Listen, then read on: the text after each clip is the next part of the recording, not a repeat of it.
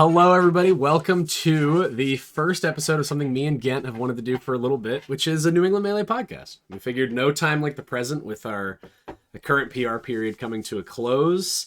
It was a banger of a PR period. A lot of incredibly active players. And it's going to be an exciting season. A season of change, I think, is a theme that me and Gent have talked about a lot. A lot of people either quitting or leaving or not reaching activity. I think there's going to be a lot of turnover between this period and the last.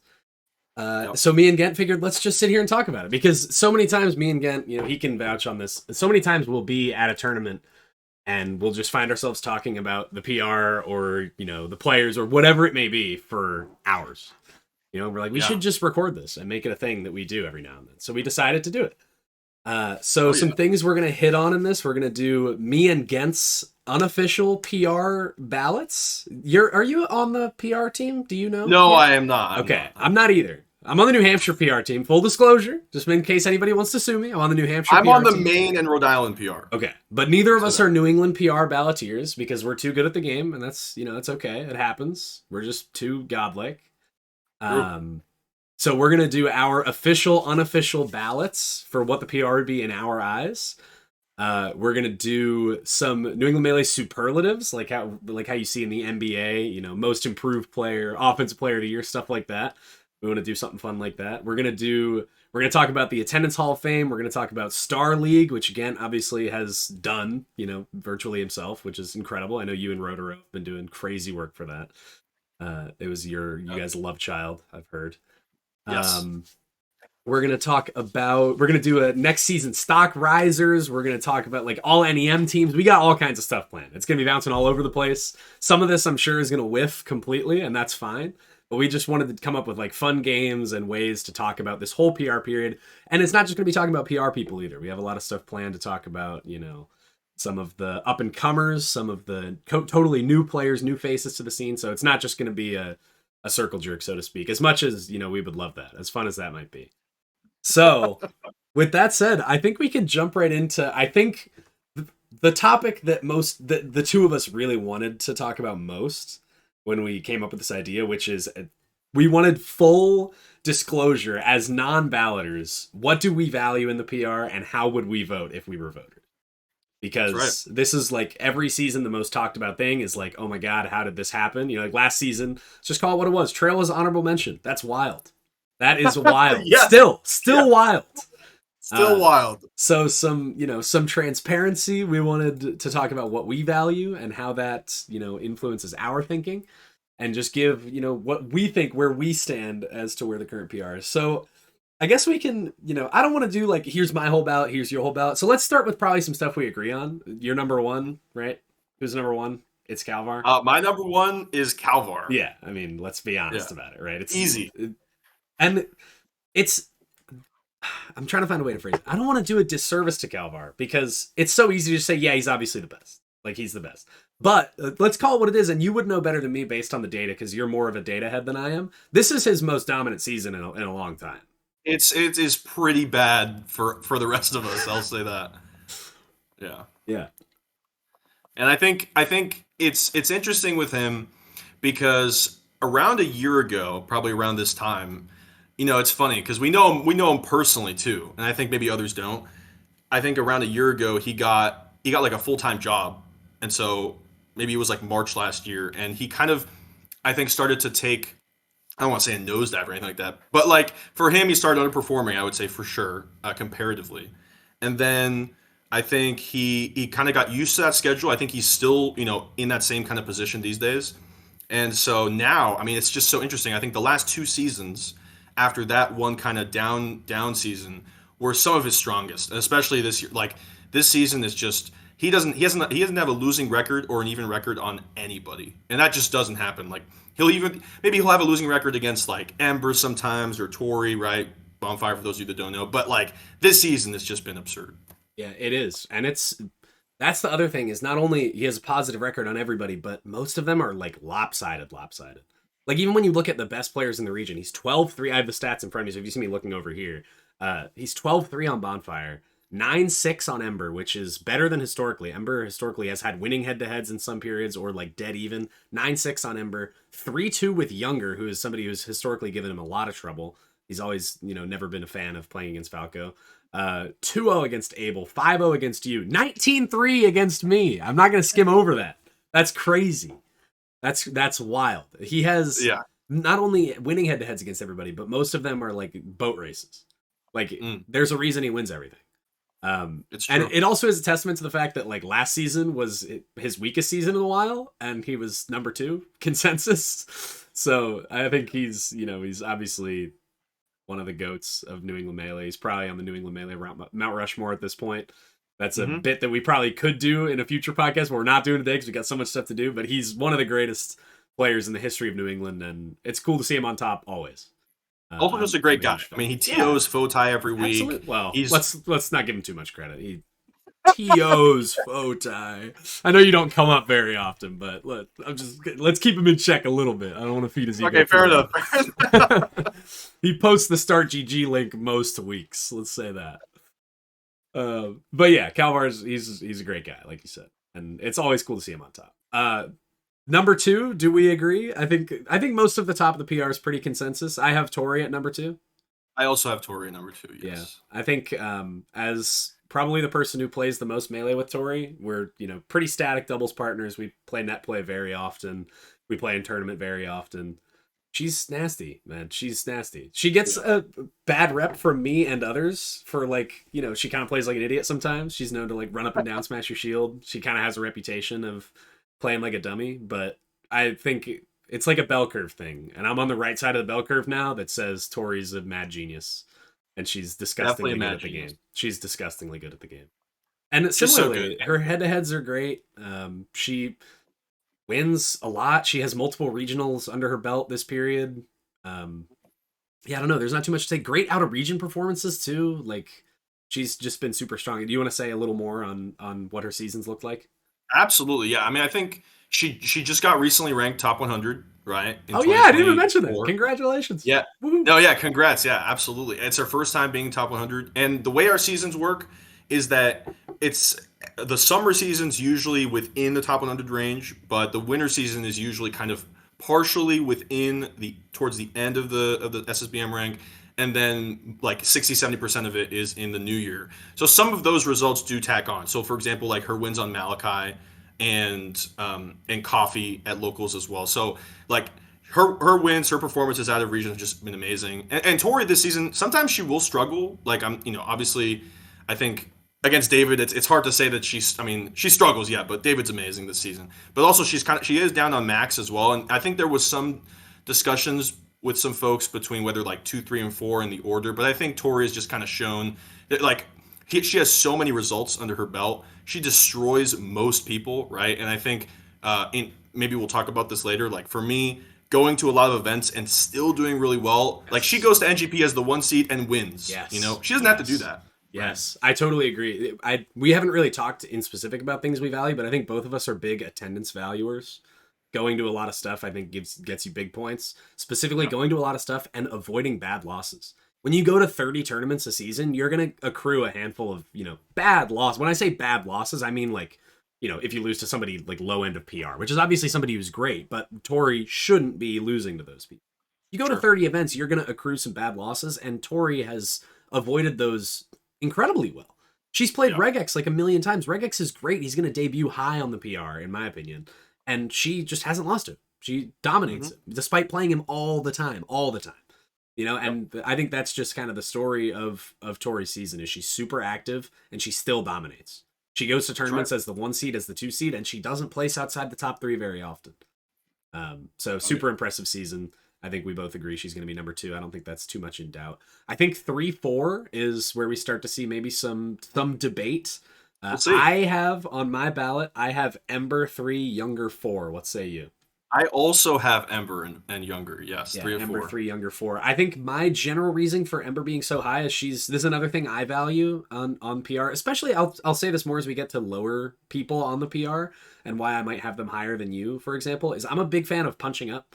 I think if you can punch up well, I think that's a big bonus. I think the fact that Ember regularly beats Calvar, regularly beats Tori, regularly beats me is a really big deal. Again, it's not punching up for Ember to beat me because she's going to be above me on the PR, but you know what I mean. Consistently being able to beat people who are high on the PR is a huge deal, and she is, as crazy it is because she has a losing record, she's the most prolific David beater in region, which I think is a really big deal. Yeah. Yeah, so I don't know. I'm a big fan of the season Ember's had. I think she's going to be on third on our next PR, and Max fourth for me. I think he's one of those cases where I think if he had more activity and more events and more stuff under his belt, I think he could have accrued a top 2 level resume. But I don't think it was quite there. I think he has the upside for it, but just didn't quite show it enough, which is crazy because he still had a great season. What do you say? Yeah, I think with Younger, I think early on in the season, I would have had him even as high as 2, to be honest, early on. But I think what ended up happening was that because Ember, I don't think had played much of David, Tori, Greenstash outside of the faux ties. And so once that she started to play them in regionals and win those sets, I mean, at that point, like her going to more than Max starts to hurt because Max doesn't have those results, right? So I think if they were just faux tie wins or weekly wins for Ember, maybe it wouldn't be as big of a deal. But I mean, she's winning and beating so many people at the regionals, and so that's why for me, I put Ember over Max. Great. There was a moment for me in this period. It was very early on. Ember was pretty inactive, and it was one of those things where you kind of knew that like Ember's going to reach activity. It's just a matter of how well she does in that limited number of tournaments. How high is she going to go? And I think it was like her third tournament of the season was a Strange Brew. And I remember looking at the bracket because I didn't go. I couldn't go. And I remember looking at the bracket and she beat Tori once and double eliminated David and won from winners. And I was like, okay, she's going to be top 5 on the next PR at least. You know, it's just a matter of getting to that activity point, and she did. So I think she's going to be third. I think Max is going to be fourth. Fifth? Do we agree who's fifth? I have me. I think I'm fifth. Of course, absolutely. Let's go. Yes. Oh wait, my camera got blurry. I gotta fix it. Let me talk about you. Yeah, I'm gonna fix my camera while you do that, please. Okay, no problem. So, man, what can't I say about Nick? I mean, this season I think has been spectacular. Like, even it's interesting because this season doesn't even have the Mass Madness win, right? So somehow, even without the Mass Madness win, I would say this is one of Nick's best seasons, if not the best. I think he's attended so many tournaments. Like you've been on the grind, and it's really awesome to see, especially because I think like I don't know. I think some folks might think that like, oh, you know, Game Watch like gets by not much experience, right? But like you're going to so many events. You're also kind of like Tori pulling up to events as the 1 or 2 seed sometimes, and like just dominating. So I think it's really cool to see you kind of grind. It makes me feel great too because we just see. I love grinders. I love people who care about the game, and I think you've done an awesome job. Your results speak for themselves. Honestly, there could be some arguments, maybe over Max, maybe, but I think for me, 5 is a perfect spot for you, and you've just been awesome. So too. I think this was one of my best seasons, arguably better than last season. I'm certainly going to place higher, whether that's because I had a better season or because there's just less people who did better than me is up for debate. I think I think maybe there's a debate between me and Max, but I don't think so. I mean, he has 3-0 head-to-head. That alone kind of quells that debate in my mind. That's another thing with me on PRs. If 2 people are right next to each other, I factor in head-to-head a lot. I know maybe it's like a very narrow way of viewing it, but if I have one person at 4 and one person at 5, and the guy at 4 has a 3-0 head-to-head on the guy at 5, that makes me feel better. You know, I think it'd be really hard to defend me above Max on a PR ballot, as much as I love myself. But yeah, the only other thing I kind of wanted to say is that I've made this joke a couple times that I was rage active for this period because I felt like I got kind of shortchanged last PR. I still maintain that. I still think I was probably a little lower than I felt like I should have been. So I decided to go to as much stuff as possible and leave as little doubt as possible that I was one of the 5 best in region, and I'm hoping that is validated. I'm glad that we both agree. So top 5, I think we agreed on all the spots. I think there's a good chance that that's just what top 5 ends up being. I think the data will bear that out. Maybe there will be some votes here and there, but I think that's probably what top 5 is going to be. And then this is where I think it gets really interesting because this is where it gets so messy. Yeah, it's going to be messy.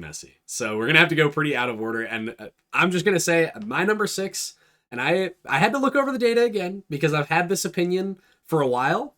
I've kind of viewed it this way for a couple months, honestly, is that I thought that this person was going to be coming at number 6, and I went and looked at the data again, and I still think, despite how the second half of the season may have gone, I still think the 6th best player on my ballot is Regex. I have Wow. Regex really high. I think Regex has had a Okay. really, really good season. And to just kind of Wow. speak on that a little bit, super active. Again, we were talking about we value that a lot. Super, super active. He's been, I think, to 30 plus tournaments. I'm going to get a quick fact check here on that. Regex has been to, hold on. 24 tournaments. So not quite 30, but 24 tournaments is a lot. So good. Winning head to head on Younger is a really big deal because we both agree Younger is going to be one of the 5 best in region at least. Yep. Dominates Massachusetts. I think he dominates everybody in Mass except you, pretty much. He has a great head to head against Greenstash, great head to head against Saucy Main, goes to NGP every week and gets top 3 regularly, if not more than regularly. And he has a little bit of punching up too. He has good wins on Max. He always performs well at regionals or at regionals. Like Mass Madness he has a win on me at a Mass Madness. He has 3 wins on me, which is great. That's going to be a top 5 PR win in our opinion, clearly. He beat me at a regional. He beat Max twice. I don't know. I just think he's had a super, super solid season. He's been super active, and he comes in at my 6th spot. But I think 6, 7, 8, 9 for me was all super close. So I'm curious to hear who's at your 6th spot. So so for Regex for me, I'll get to him when I get to him on my list. Yeah. That's a good point. He's been awesome for sure. You don't have to. For me, number 6, I have Nariel. Yeah. Okay. Yep. So Nariel, I think is first of all, I've been a Nariel fan for probably the first Nariel fan in New England that wasn't from Connecticut. Like I always knew him because of net play and things like that. We would always like play together, and I finally got him to go to like a tournament, and it was just awesome to see like immediately he became a threat. And I think this season he's probably going to be number 1 ranked in Connecticut, and it's just been like up and up. And the thing about Nariel is that he doesn't go to that many events.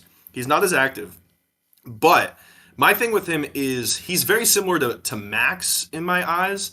Like I think the resume, obviously there isn't as many tournaments as someone like Tori, for example, but the wins are at big tournaments, right? Like you're seeing CT GamerCon wins, you're seeing Mass Madness, like wins that happen in Mass Madness, whether it's like Evening Star, me, Tori, right, even Bank, and then on top of that, you're getting wins like out of region too. So like his win on Freezes, who's a top 100 or not top 100, but top 100 level player, and actively will beat a lot of other top 100 players in New York, and just dominates the even at the locals, even though he doesn't go as often, he's always going to do really, really well there. Maybe it's possible that like I might be overrating Nariel a tad, perhaps, but I think I think he's very similar to Max in my eyes, and I have Max in a very similar kind of realm in my head.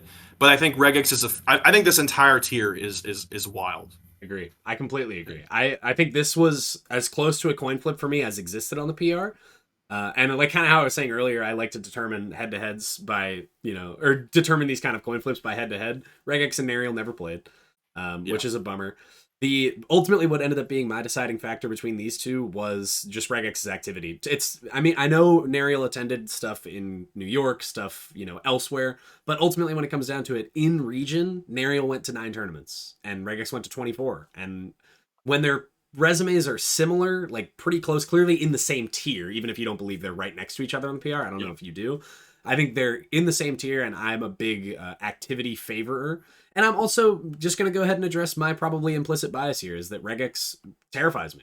He's really, really good. And Nariel terrifies me too. I played him at the Prodigy tournament at the very beginning of the PR period, and I popped off when I beat him. I'm not going to lie. I was sweating it. So it should go without saying, Nariel's 7 on my ballot.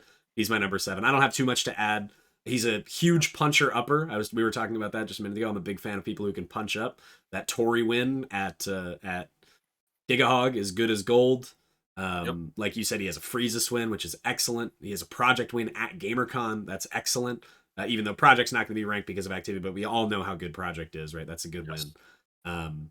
So yeah, I'm a huge believer in Nariel as well. I think he's only on the up and up. I just struggled to put somebody at 6 on the PR when their activity in region was kind of lacking for my taste, especially when you look at 1, 2, 3, 4, 5 are all very, very active. Max less so, but you know what I mean. I'm a big fan of the top of the PR being very reflective of who actually goes to stuff and who actually dominates. And I think Regex suits that a little more for me. So I had Nariel 7. Who'd you have 7? All right, so for 7, I had Arn. Okay, Wow. so okay, let me get into this. Right, so Holy moly. My thing with Arn is, I think when he goes to Hog, it doesn't look like when you go. I mean, he's beating Artie sometimes. He is winning some Hogs. I think his record with Artie is very very close. It's like 12-11, I think. Yep. Um, but I think it's really his results that are happening outside of Hog. Like I think this season he ended up beating Hoborg at, I believe it was GamerCon. He ended up beating uh, Anchor and Apollo, who are both, I would say, like around, I would say like my level kind of win. Mhm. Probably like that's how good they are, I would say. And on top of that, they're doing. On top of that, Arn is doing. He's got the Golden win, which I mean, you can maybe say how good Golden is depending on whether you're going to view him as a box player or not, whatever the case may Yeah, be. But and two Able wins. Two Able wins is and big two Able too. wins, right? Like he's doing great, and he's got absurd records in Connecticut, and he's doing great out of region. So and at big tournaments, so he's like pulling through where it matters most. I have a lot of faith in Arn. I think he's done an awesome job this season. Yeah, yeah. And like you said, I'll kind of get to him more when I get to him because I had him a little lower. Sorry, Arn. I also, and this is worth highlighting, I think he's a super, super good dude. He's super young. If I Yeah, remember correctly, I think he's only 18. So he yeah, has, 18, 19, yeah, yeah. he's got a ton of runway to obviously improve. He's already really, really good, improving at a fast rate, and just a good dude. Like I've met him like once or twice. We've talked like once or twice, and I feel like I can call him a good friend. So I'm a huge fan. I think I agree his out of region performance is really, really strong and it helps him a lot. I think his in region resume is just a little lacking again for me. He doesn't really punch up in region. I think his single best win in region is Able, which is good, but is it great? I don't know. I'm not Yeah, yeah, yeah. sure. Fair enough. So it's tough for me. My number 8 on my PR was not Arn. My number 8 was Electroman. I had Oh, Gent wait, you're at number number 1. 7. You mean number No, 7, right? 7 was Nariel. 7 was Nariel. Remember, I said Oh, I that's had a right. flip That's right. That's flop. right. Sorry, sorry, My sorry. and Yeah. my number 8 is you. My number 8 is Ghent. And I don't want to harp on it too much, other than you're a top 10 mainstay at this point, which is a really big deal. Being ranked top 10 and still having the drive and tenacity to come out and have a good period and still strive to be good and strive to be better is a really, really big deal. I think 8 would be your highest PR placement ever, right? You've Yes, it never would be. been. I think 10 is currently like your best, right? Your peak. 9, actually. Oh, you were 9, 9 Nick. once. Okay, all right, all right.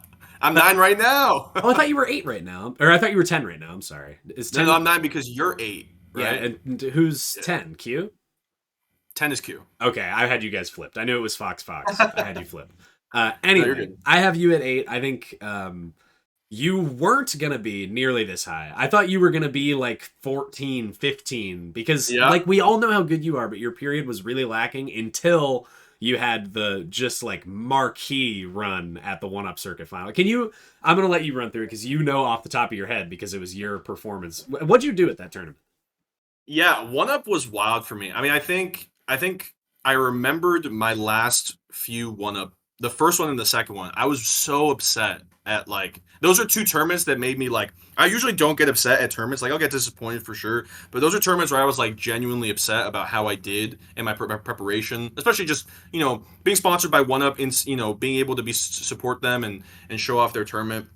Obviously I was extremely disappointed in the past two finals, but this one, I think going into it, I definitely had a chip on my shoulder for Mm-hmm. sure because I knew that other players had better resumes as me this season and had proven it, and I really wanted to just be like, okay, look, like I can prove it, I can do this, and I wanted to do well, obviously, because I hadn't done as well in the last two. So going into it, like we got into our pools, and I was like, okay, this is actually a solid pool for me. Like Devin and Evening Star, Green Stash and Evening Star is a good pool for me. Like I mean, I can beat both those players. I have a great record against Green Stash, and I swept my pool. Honestly, the hardest opponent was actually Nage. Yeah. Funnily enough, like I went game 5 with him. He's the only player I went game 5 with in the pool, and that's because we play all the time. And I ended up reverse 3-0ing him. Actually, it was kind of a wild set.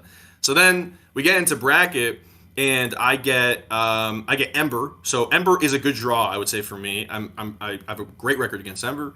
Unfortunately, I couldn't quite clutch it out game 5, but I knew exactly what I had to do. I pulled up my phone, pulled up the VOD, immediately started watching, and got ready for the next set.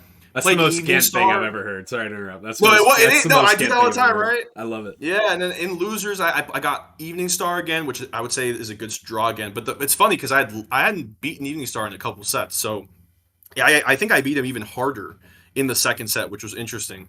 And then I got Abel. So there was a lot of. I will say, look, to other people, if other people don't have me as high, I get it. I think I got a lot of good draws. I would say like Sheiks, Luigi's, and Puffs are my matchups for sure. And I'm really proud of how I did. You know, again, coming into it, I had a chip on my shoulder with the tournament, the season. I'm glad I did well, and I think yeah, it was super awesome, super cool. Yeah, I had you in the 8 spot. I thought that I'm also a big fan. Like, I keep bringing up new things that I value, and I don't want it to sound like I'm, moving the goalposts or whatever. But another thing that I value that we haven't talked about yet is having one or two really, really good runs. I think having like a kind of cornerstone tournament, and when we talk about, Tori and David, it's like every tournament is one, or like every other tournament is one. But for people in this mid level of PR, like in the 7 to 13 range, it really really helps having that one tournament where it's like, I would have Gent at 12, but 1-up finals. Like having that. But this happened. Like he did do that. Yeah, and you did get second, correct? I'm not misremembering that. I did get second. Yeah, yes, and you beat Green Stash, you beat Evening Star twice, you beat Ember in losers, you beat Abel in losers. Am I forgetting anybody? No, that's the that. I mean, obviously the Kuro and Nage as well. Yeah. But yeah, those are the big ones. That's a wild run, man. That's a wild run, and I'm glad you did it because I think you're a top 10 player in the region. Like just in terms of my perception of how good people are, I think you're probably even higher than that in my biased perception because I know how good you are. I'm glad you did it. I'm glad you pulled through. So I had you in the 8 spot. Who'd you have in the 8 spot? I actually also had myself. Okay, cool. Number 8. Perfect. So you don't even need to harp on it anymore. So now we have some serious differentiation coming up. This is where it's going to get really, really, really wild, I think. Yes. My 9 spot, I still don't have Arn here. My 9 spot, I had Abel. I gave my 9 spot to Abel. And, maybe it's my New Hampshire bias speaking. I'll be the first to admit it. I'm a huge, huge fan and believer of Abel. And I think the last, 2 months of the period, it's not that it wasn't like you who kind of had this one last thing at the deadline that was like, wait, hold on, my resume is good. But the last month or two, I feel like Abel just strung together good tournament after good tournament after good tournament, racked up a few really high quality wins. So I have him in the 9 spot. I just have him that high. I think him versus Arn is super close. I'll just go ahead and spoil my 10 spot is Arn. I think 9-10 for me was Abel Arn. I think they're really close. Abel was active this period, especially early in the period. I'm a big fan of that. I feel like wall to wall, he's just been really, really solid. He has some great wins, and I don't know. I don't really have much more to say about it. I don't think there's one thing that I can highlight about Abel. I'll take a look at his head-to-heads real quick. He's got an Ember win, which is fantastic. Winning record on Artie, win on Arn, 1-0 on Nariel, which we both consider a pretty big deal. He's pretty high, or he's going to be pretty high, I think, on this next PR. So I don't know. I just think it's been a kind of low-key season, a very low splash season, but I just think he's been super effective wall to wall.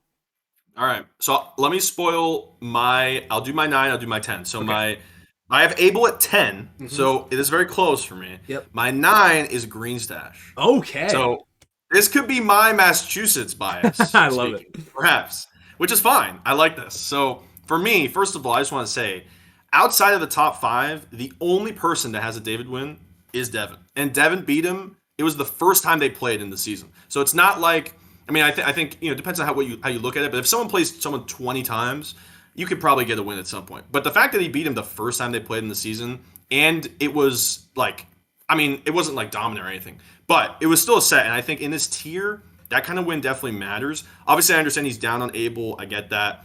But I think some of the records make it look much worse than it probably is, just because he has a lot of red, because he goes to so many tournaments.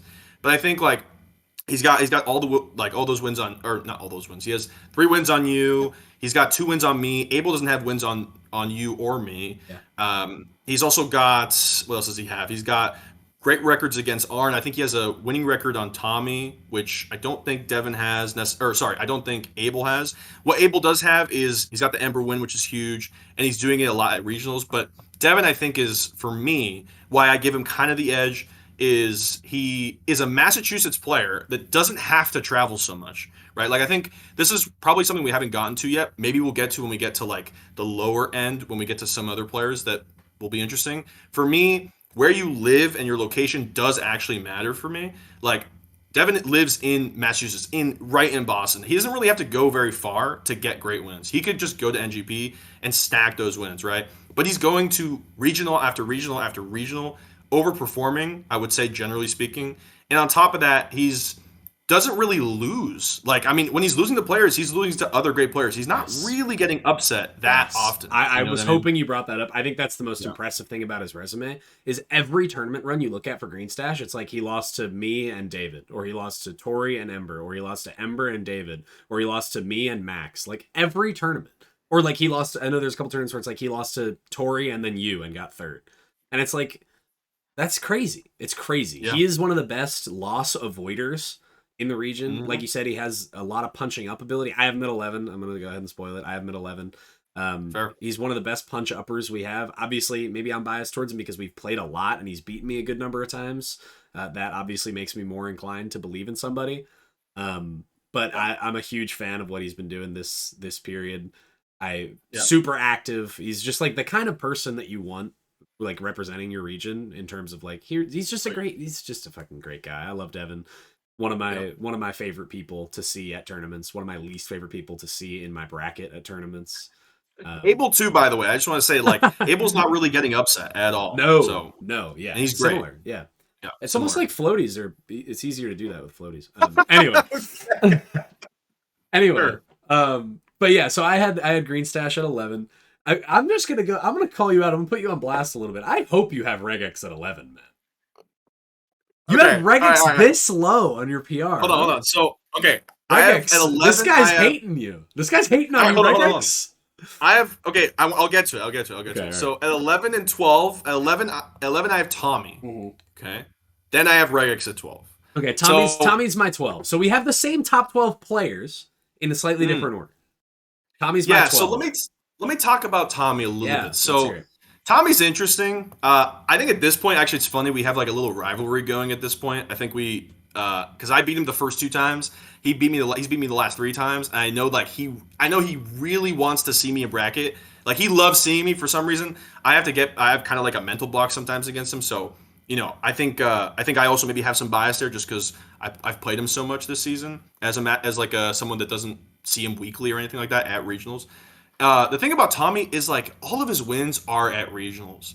And so that's the other thing is like for me, this is why Regex is at 12 for me. So Regex does have great wins for sure, but like so many of his wins are at locals. And that's not necessarily to like say that these wins don't matter. Like you are beating Max. You're the only player that has such a great like winning record on that. I think Ant actually. Ant has a winning record as well. And we'll get to Ant at some point too. But I think it's just, unfortunately, Regex doesn't. I mean, he does perform sometimes. Like he has the win on you. He's got some Green Stash wins, but like, and Arn. But outside of that, like Tommy's wins at regionals are just like not even comparable necessarily. And I think for Regex, the other thing is because he lives, like we talked about location, because he lives in Massachusetts, he gets to get those wins all the time, right? Especially like these players are going to NGP every single week. So for Green Stash, I gave him, he does those wins, but he gets the bump because he goes to all these regionals and just gets win after win after win. Regex is a little different. He's getting his wins at the locals, but when he goes to regionals, sometimes he'll perform, sometimes he doesn't necessarily perform. And I think that's, for that reason, I think is why I had him much lower. Yeah, I think that's totally fair. This is, I think, the first time, and this is an important thing to talk about, we weigh things a little differently. I'm not as much as you are. I do, but not as much as you do. Weigh locals and regionals that much differently. Obviously, a win at the regional objectively means more. I'm not going to sit here and tell you it doesn't, but ultimately, I don't make as much of a distinction between the local wins and the regional wins, which is why Regex's resume to me looks as impressive as it does. Even though to you, if the locals mean 40% as much as a regional, not trying to put weights in your mouth, but you know what I mean. I think that I could totally see why Regex, and that whole jumble. I think the 6 to 12 area is a bloodbath. I think it's an absolute bloodbath, and I think, like I said, I sure hope you have Regex next. I said that just as a joke, because I feel silly for having him so high now. No, I don't think exactly. I get it because I've talked to other people and they have similar opinions. So I understand it. Yeah, I think it's a total bloodbath, and I think the fact that I had Regex 6 and you had him 12 speaks to A, how thick this pool of players is, and B, just how differently you can weigh stuff on a PR. And I think that's totally fine. So we've determined we have the same 12 players in our top 12, which I think is good. And now this last 3 spots is some fighting and scrapping and clawing for these last 3 spots. In my 13 spot, I had Eduporp. Really? Okay. I did. I think, okay, he hit a minimum attendance. And as well as anybody, I'm not a fan of minimum attendance players on PRs. I think it's lame. I don't know. I'm not saying anything about Eduporp is lame. I think that when somebody goes to 5 events, especially somebody like Eduporp who didn't go to anything in the state of Massachusetts, didn't go to anything in the state of New Hampshire. I don't think. Oh, the 1-Up finals was in Massachusetts. I'm sorry. He was at that. No, he didn't go to 1-Up. Oh, he wasn't at that. What no. I'm thinking of Final Warning, which is in Maine, his home state. Only Maine tournaments. Yeah, he only went to Maine tournaments. Didn't go to anything anywhere else, which is obviously a bummer. And he's limited. Again, it's not like he can just make the 6-hour trip to NGP or whatever. Like, I'm not expecting that. So I'm couching all this by saying typically, somebody like Eduporp, I'd look at the resume and I'd look at the tournaments and say, sorry, you're not going on my PR. Like, in my history would tell you, and you can vouch and other people can vouch, that Eduporp's resume is not one that I would typically put on my PR. Sure. And I couch that to say Eduporp's resume is fucking sick.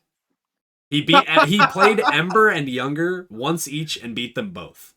That's 2 top 4 wins in the region. And like you were saying, at a regional, both of them at a regional. Yep. And both of them first time they played this season.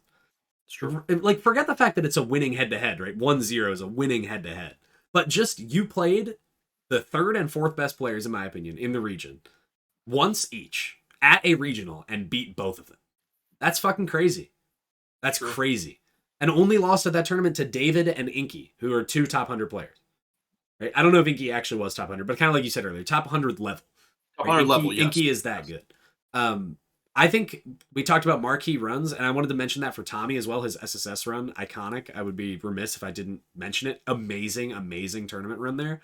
Yep. And Eduporp's run at Final Warning is a marquee, like, stamp it, the I am this good run. And it's one of those things where if Eduporp lived in Massachusetts and got to have a full PR period, he'd probably be like 6 or 7. Let's just call it what it is. If you extrapolate that little amount of data, if you assume a similar level of performance for like a full size ranking period, if you want to put it that way, I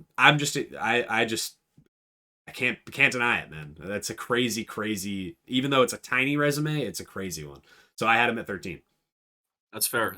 Who was your 13 spot? At 13, I had Artie. Okay. So let me talk about Artie. Artie's interesting. I think Artie and Eduporp are probably the 2 hardest players to ever rank in any PR. Like, Eduporp because he lives in northern Maine. Artie because he just doesn't go to enough out of his state. But I think it's, for me, at this tier, things starts to shift a little bit because all these players are, like, very similar and have a lot of other, where one player has a positive, another player has a big negative somewhere. So I think it's not really, like, for me, it's more about just kind of, like, how I look at at the resume as a whole. Like, for Artie, for me, he just is so dominant in Connecticut. Like, I understand that it's just Hog. I get it. But, like, he is just wrecking everybody. And the only player he doesn't have a winning record on, let me just make sure, the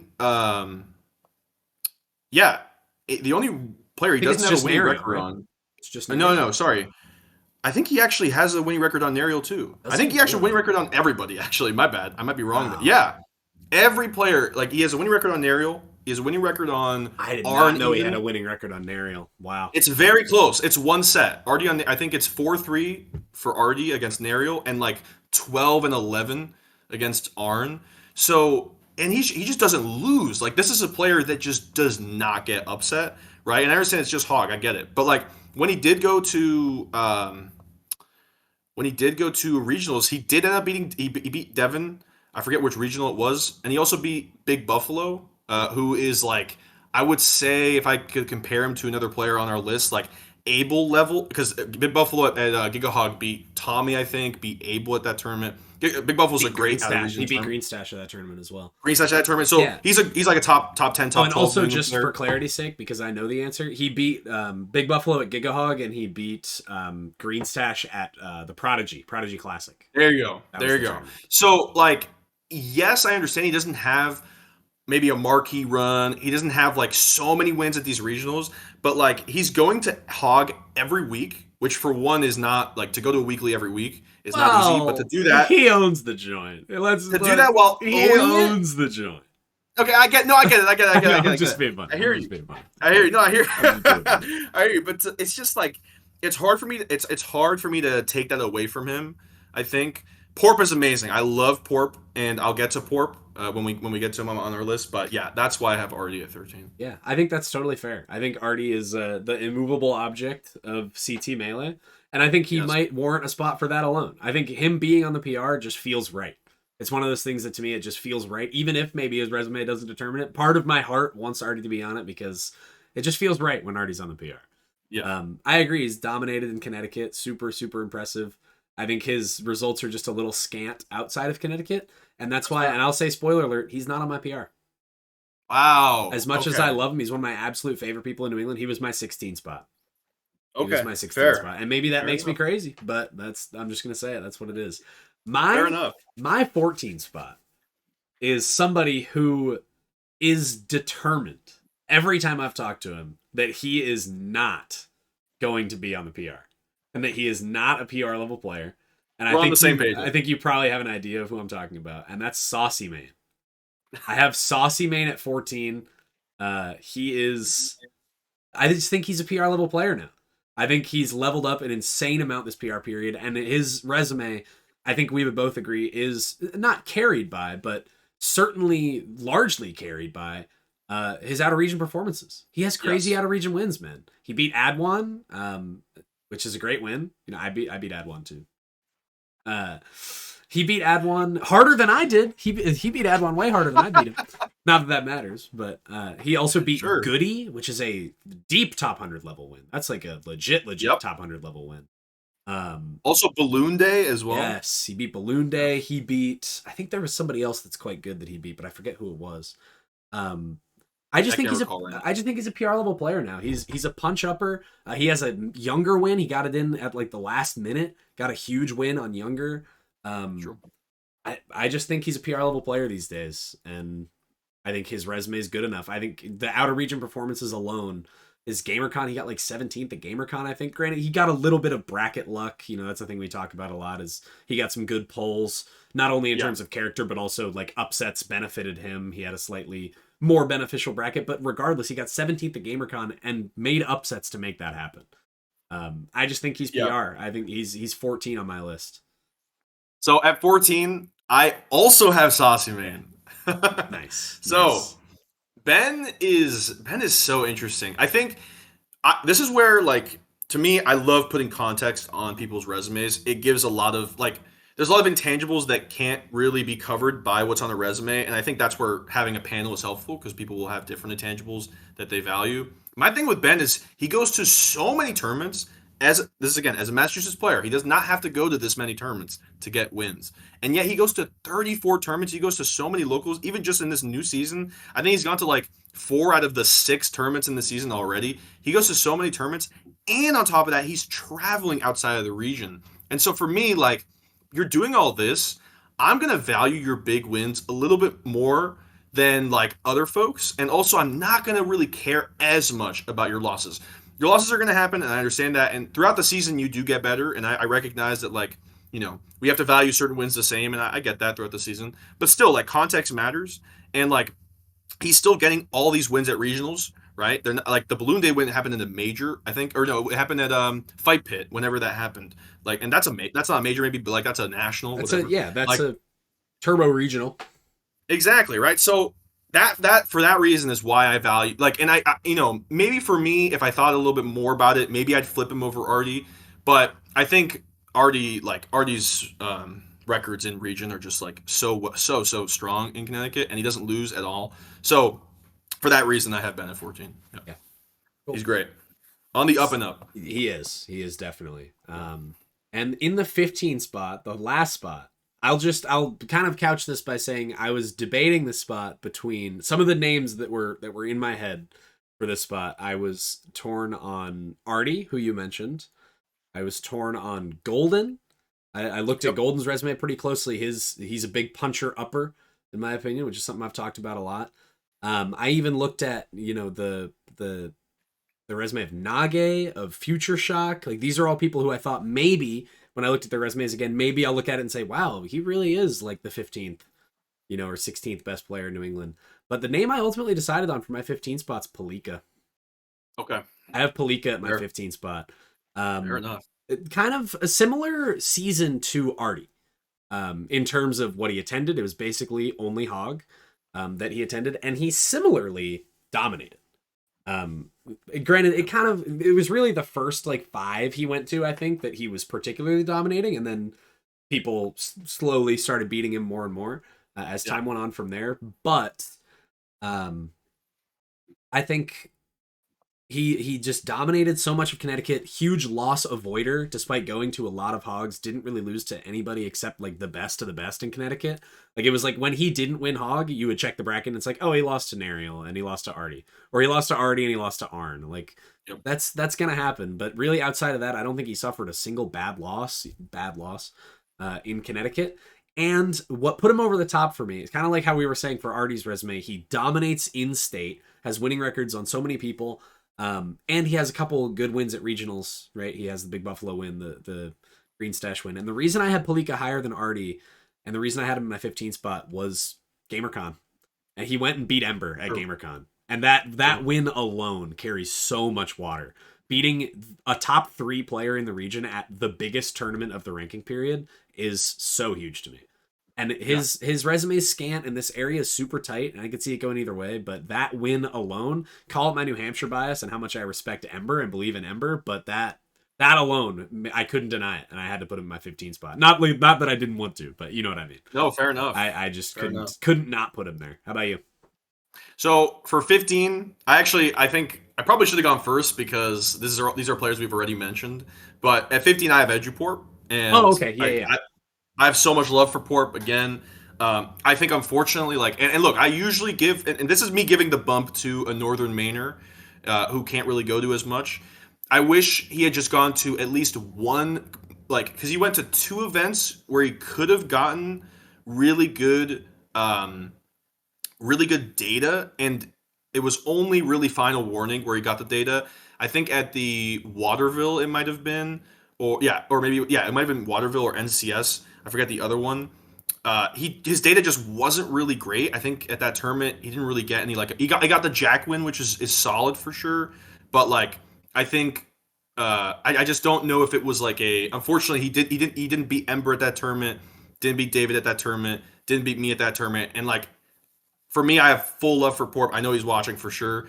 I understand why he might be higher and why you have him at 13. For me, 15 just makes more sense for me personally. I wish he'd gone to at least 1 or 2 more tournaments. I get it though. He's my 15. And then at HM, I have Palika. Okay. I was very similar to you. This tier for me is Ben, Porp, Golden, Palika for sure. Those 4 players. And I went with the way of Palika over Jack for 16.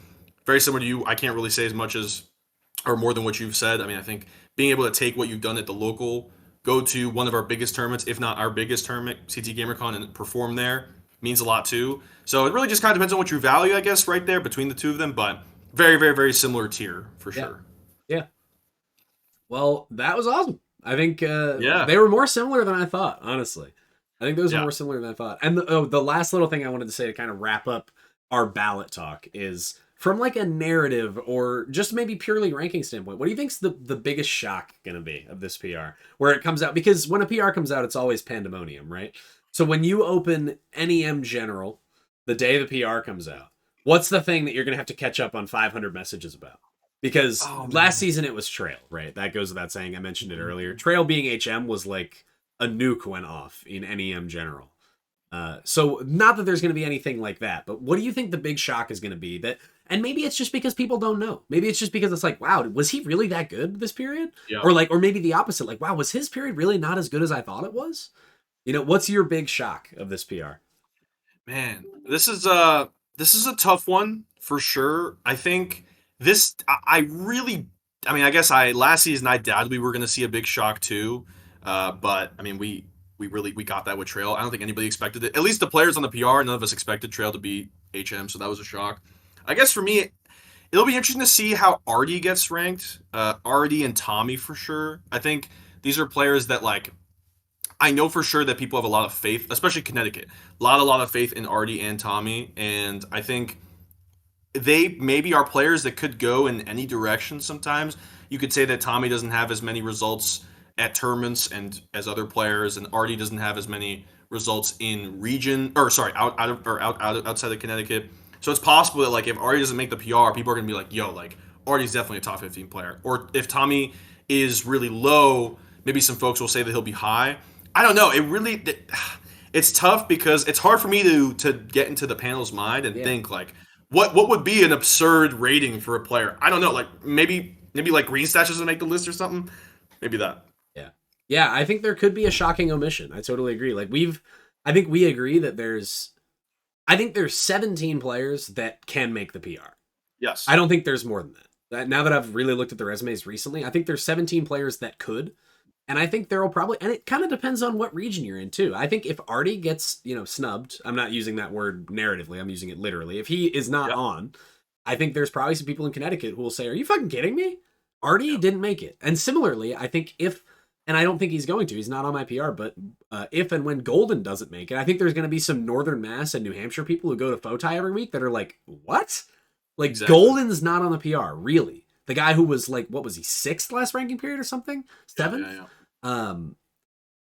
I think it's going to be kind of a shocking omission thing where wherever you are and whoever it is that you're kind of in your mind's eye, you're like, oh, of course they're a PR player. Somebody like an Artie or a Golden, or if you're in Connecticut, maybe a Palika, right? Somebody like that. Or if there's a really shocking one, like if Saucy Man, who we both have on our PR, if he doesn't make it, there are probably going to be some mass people who are like, are you kidding me? So I think there'll be one of those people in that tier who doesn't make it. I think everybody will kind of have a different perception of who deserved to and kind of have a different outraged reaction over player X didn't make it. The other thing I have to say, and this is kind of to pick on you because I know that you love how much I talk about it, I think some people are going to, even though they might already know this to be an impending truth, I think some people are going to have some serious qualms on a human level with the fact that New Hampshire is going to have 4 of the 5 best players in region. I think that's gonna really rub some people the wrong way, and I think it's rubbing some people the wrong way that I'm talking about it in these terms right now. But I'd be remiss if I didn't say it. 4 out of 5 would be remarkable, truly remarkable. Never happened. No, that has never happened. So that's my other kind of my joke answer of like a big shock.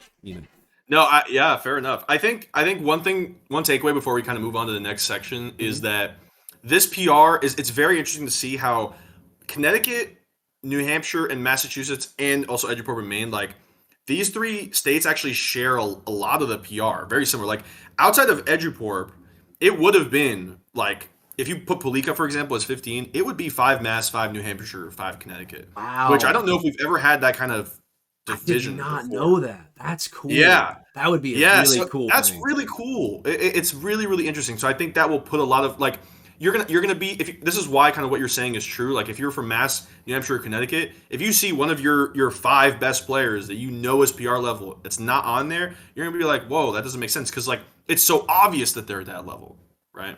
Yeah, I totally agree. To kind of just summarize the whole thing, I think this is gonna be one of our coolest PRs ever. I think the level of parity in the 6, let's just call it what it is, in the 6 to 15 range is mind blowing. I think.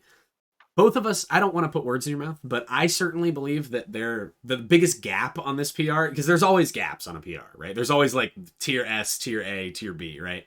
I think the single biggest gap on this PR, for me at least, is between 5 and 6. And that's not even to self-aggrandize. Like, I'm not even just trying to hype myself up. I think the gap between me and the next person is crazy. Like, I think the gap between 5 and 6 is bigger than the gap between 6 and 15. I truly think that, which is wild. I think this is maybe the most parody, maybe not 6 to 15, maybe that's a slight exaggeration, but you get what I'm saying. I think this PR period has one of the greatest like senses of parody. Like you were saying, there is a chance that it ends up being 5, 5, and 5 from Mass, New Hampshire, and Connecticut, which is just so fucking cool. And like we were saying earlier, I think this PR period is a period of change, and a period where we really are going to get an idea of who reflects our region. Because I think we don't have almost anybody who is even close to minimum attendance. I think EduPort's the only person who is even close to minimum attendance. So I think this PR will be a very accurate reflection of who attends and who gets wins. And that's ultimately, I think, what a PR should be. So I'm hoping, that the panel does a good job. And I'm hoping that we see a PR that really reflects where we are. I think this season has a great chance to do that. Oh yeah, it'll be awesome to see. I'm just excited. I'm excited for the new player. Like I'm excited for Ben if he gets on the PR. That's gonna be awesome. I'm excited for like the fact that we're gonna have a lot of new players, not new players, but like Nariel, Arn, Tommy, and Sossaman and Regex. That's 5 new people on the PR, and Palika, who hadn't been on the PR for a couple years at this point. So that could be almost a third of the PR. It's new players. So like you said, season to change, man. Season to change. Yeah.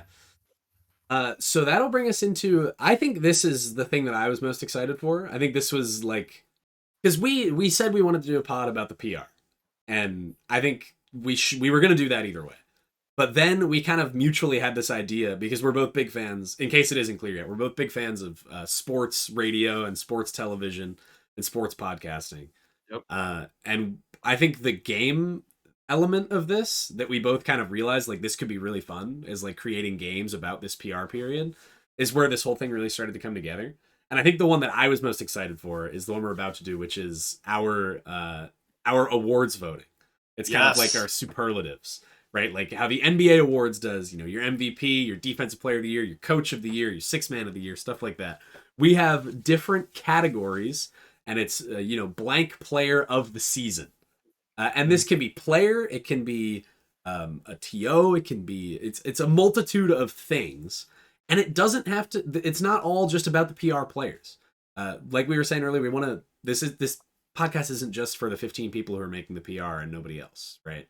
Yep. It's a highlighting and a celebration of the season that we just had as a region, right? Right. Which means that the answers don't have to be like when we talk about offensive player of the season, because that's going to be the first one we talk about. The answer doesn't have to be somebody who's top 1 in the region. Like it doesn't like just because Ghent is better than whatever mid-level Fox from Massachusetts. I can still say that mid-level Fox from Massachusetts, their offense really impresses me. And even though they might not be as good at the game, if they are still the offensive player of the year to me, then that's what they are to me, right? So it doesn't have to be like PR level picks for everything. Right. Yeah. So I'll start it off with offensive player of the season. I have an addendum. Oh, yeah. Please. Yes. So I don't know how you did it, but for me, I did third, second, and first. Okay. Personally. So if you have first, that's fine. Or if you only have one person, that's totally fine. I just wanted to I was trying to think about it, and I'm like, man, I want to give it to this person, but I would love to just show off these people too. No, I had the same thought. For each thing, I have like 2 or 3, sometimes 4 names written down, and it was people that were like. So basically what I'm thinking, I'm going to say like, these are the names that I considered. And ultimately I settled on, I had to give my vote to this person. Heard. Right. Okay. So for offensive player of the season, the first person I thought of was Younger, because I think Younger, his offense is robotic. I think he is just like one of the most overwhelming players. It's super smart offense. He's almost never an overreacher. I feel like he just knows to get the fuck out when he needs to get the fuck out. And I think he's fantastic. I considered you for this because I think similarly a lot of the things I said about Max are true. Ultimately, the person I settled on, and I just talked about how this isn't going to be all PR level people. Like it doesn't have to be, but in this case, mine is, and I gave my offensive player of the season to Ember because Ember puts me in fucking cutscenes, like not just tech chasing. Just like using DI mix-ups incredibly, doing stuff that nobody else does. Like she does the, tech chasing with Sheik short hop fair to finish combos at like 90 that normally Sheik can't finish. And I think she also has a lot of the same smarts of, you or Younger, knowing, when things are going to end, how to maybe extend something, when to throw in a read when it's applicable. to keep the offense going. And really, the reason I ultimately settled on Ember for this, and the last thing I'll say is, every time I lose to Ember, which it happens a good number, we were pretty close to even in sets, but she beats me more than I beat her. Every time I lose to her, I'm never thinking I lost to her because my offense wasn't good enough. I'm never thinking I lost to Ember because her defense was so good. When I play against a Calvar or a Bonfire, a lot of the time when I lose to them, I'm like, yeah, they have crazy escapability and I couldn't combo them. I wasn't getting enough off my openings. And a lot of that is because their defense is so good. So like with Ember, every time I lose to her, I'm thinking, man, she fucking destroyed me off of every opening. Like, I was doing great on offense. I feel like I was getting enough off my openings to beat most people. But when it comes down to it, if she's, deleting me more than I'm deleting her, and that happens a lot. So Ember was my offensive player of the season. You can have the floor. Interesting. So it's actually interesting. I think we have some differences in how we look at the award, which is good. Yes, good for conversation. I think so too. So the way I view I guess let me give my players first, and then I'll kind of explain. So for me, kind of like before my top three, my honorable mention, I gave it to Shmeli. I think Eli's he's like the Falco of my list. He's like the younger of your list in the sense, like a very, very fast player. One of the fastest spaces I've ever played against. As a Falco player is like weirdly aggressive. I think a lot of Falcos will just go back to their laser play a lot. And maybe this is some matchup stuff too. Like our perspectives might be a little bit different based on matchups. But Eli, to me, like, he's always doing a couple lasers into some aggressive mix-up, which is very uncommon, I think, from like his level of Falco player. That level of Falco player loves to camp, loves to be under the platform. But almost certainly, I've even won games or stocks purely by just convincing him to come forward by doing almost nothing. And so I think he's just and he's very good at it, very, very good at playing this mix-up. So here's my honorable mentions. My number three, I actually had you in my number three. Oh, let's go. I didn't want to inflate myself too much, but hell yeah. Yes. So this is kind of where you might start to see what I mean. For you, it seems like your offense is really about punish game. For me, offense is a lot more neutral game. Because to me, I feel like all of us have great punish game. And so maybe not everybody, but in some sense, I think to be a really, really strong player, you have to be great at punish. But the neutral game is really where you can start to see some differentiation between players. And for you, very similar to Eli, I feel like you're never taking, at least as Game & Watch, you're never really taking the defensive side of a mix-up. Like, your spacing on your fares is just, it's absurd. You've mastered it. And so by using that mastery, you've been able to approach and use more offense with Game & Watch, admittedly because you kind of have to. You can't really be defensive sometimes with Game & Watch. A little too slow. L-cancel isn't really a thing with a lot of his moves. So, you have to be aggressive. And you're always doing, wave dash forward down tilt, or, wave dash forward into a bait, and then do something like that. Or maybe you'll do some jump off of the ledge and play some aggressive mix-up that way. So I think the way you approach neutral, advantage, disadvantage game, I think, is my view on offense. Only third? What the fuck? You hyped me up that much and you only had me third? What the fuck?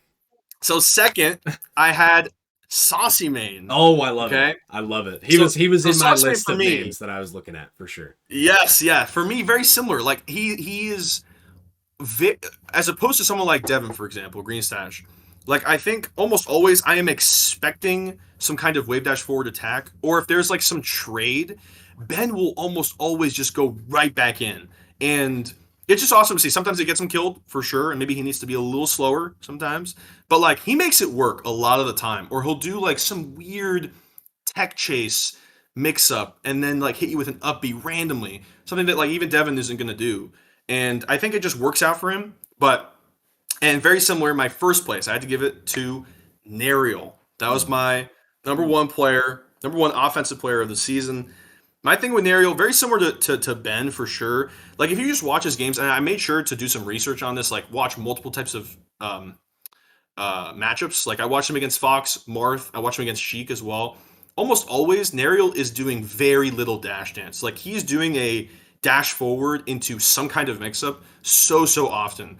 And, in neutral, as Pikachu, that's not the easiest thing to do. You have the greatest approach options, but he's almost always trying to find an approaching back air, an approaching up air, and just being really, really absurdly aggressive.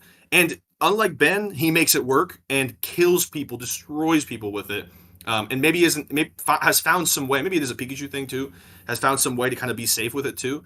But like, just an amazing job with his approaches. And then of course his punish game is incredible as a Pikachu player. So that was my list for offensive. No, I love it. Those are all great picks. I didn't even consider an aerial, but I think that's a really, really good choice. Yeah, I like that you brought up kind of the difference between punish and like honest, aggressive, neutral, and game planning. Yes. I think that was a part of mine too. Because Ember and Younger and the other people I talked about are also a lot of the time playing those same games.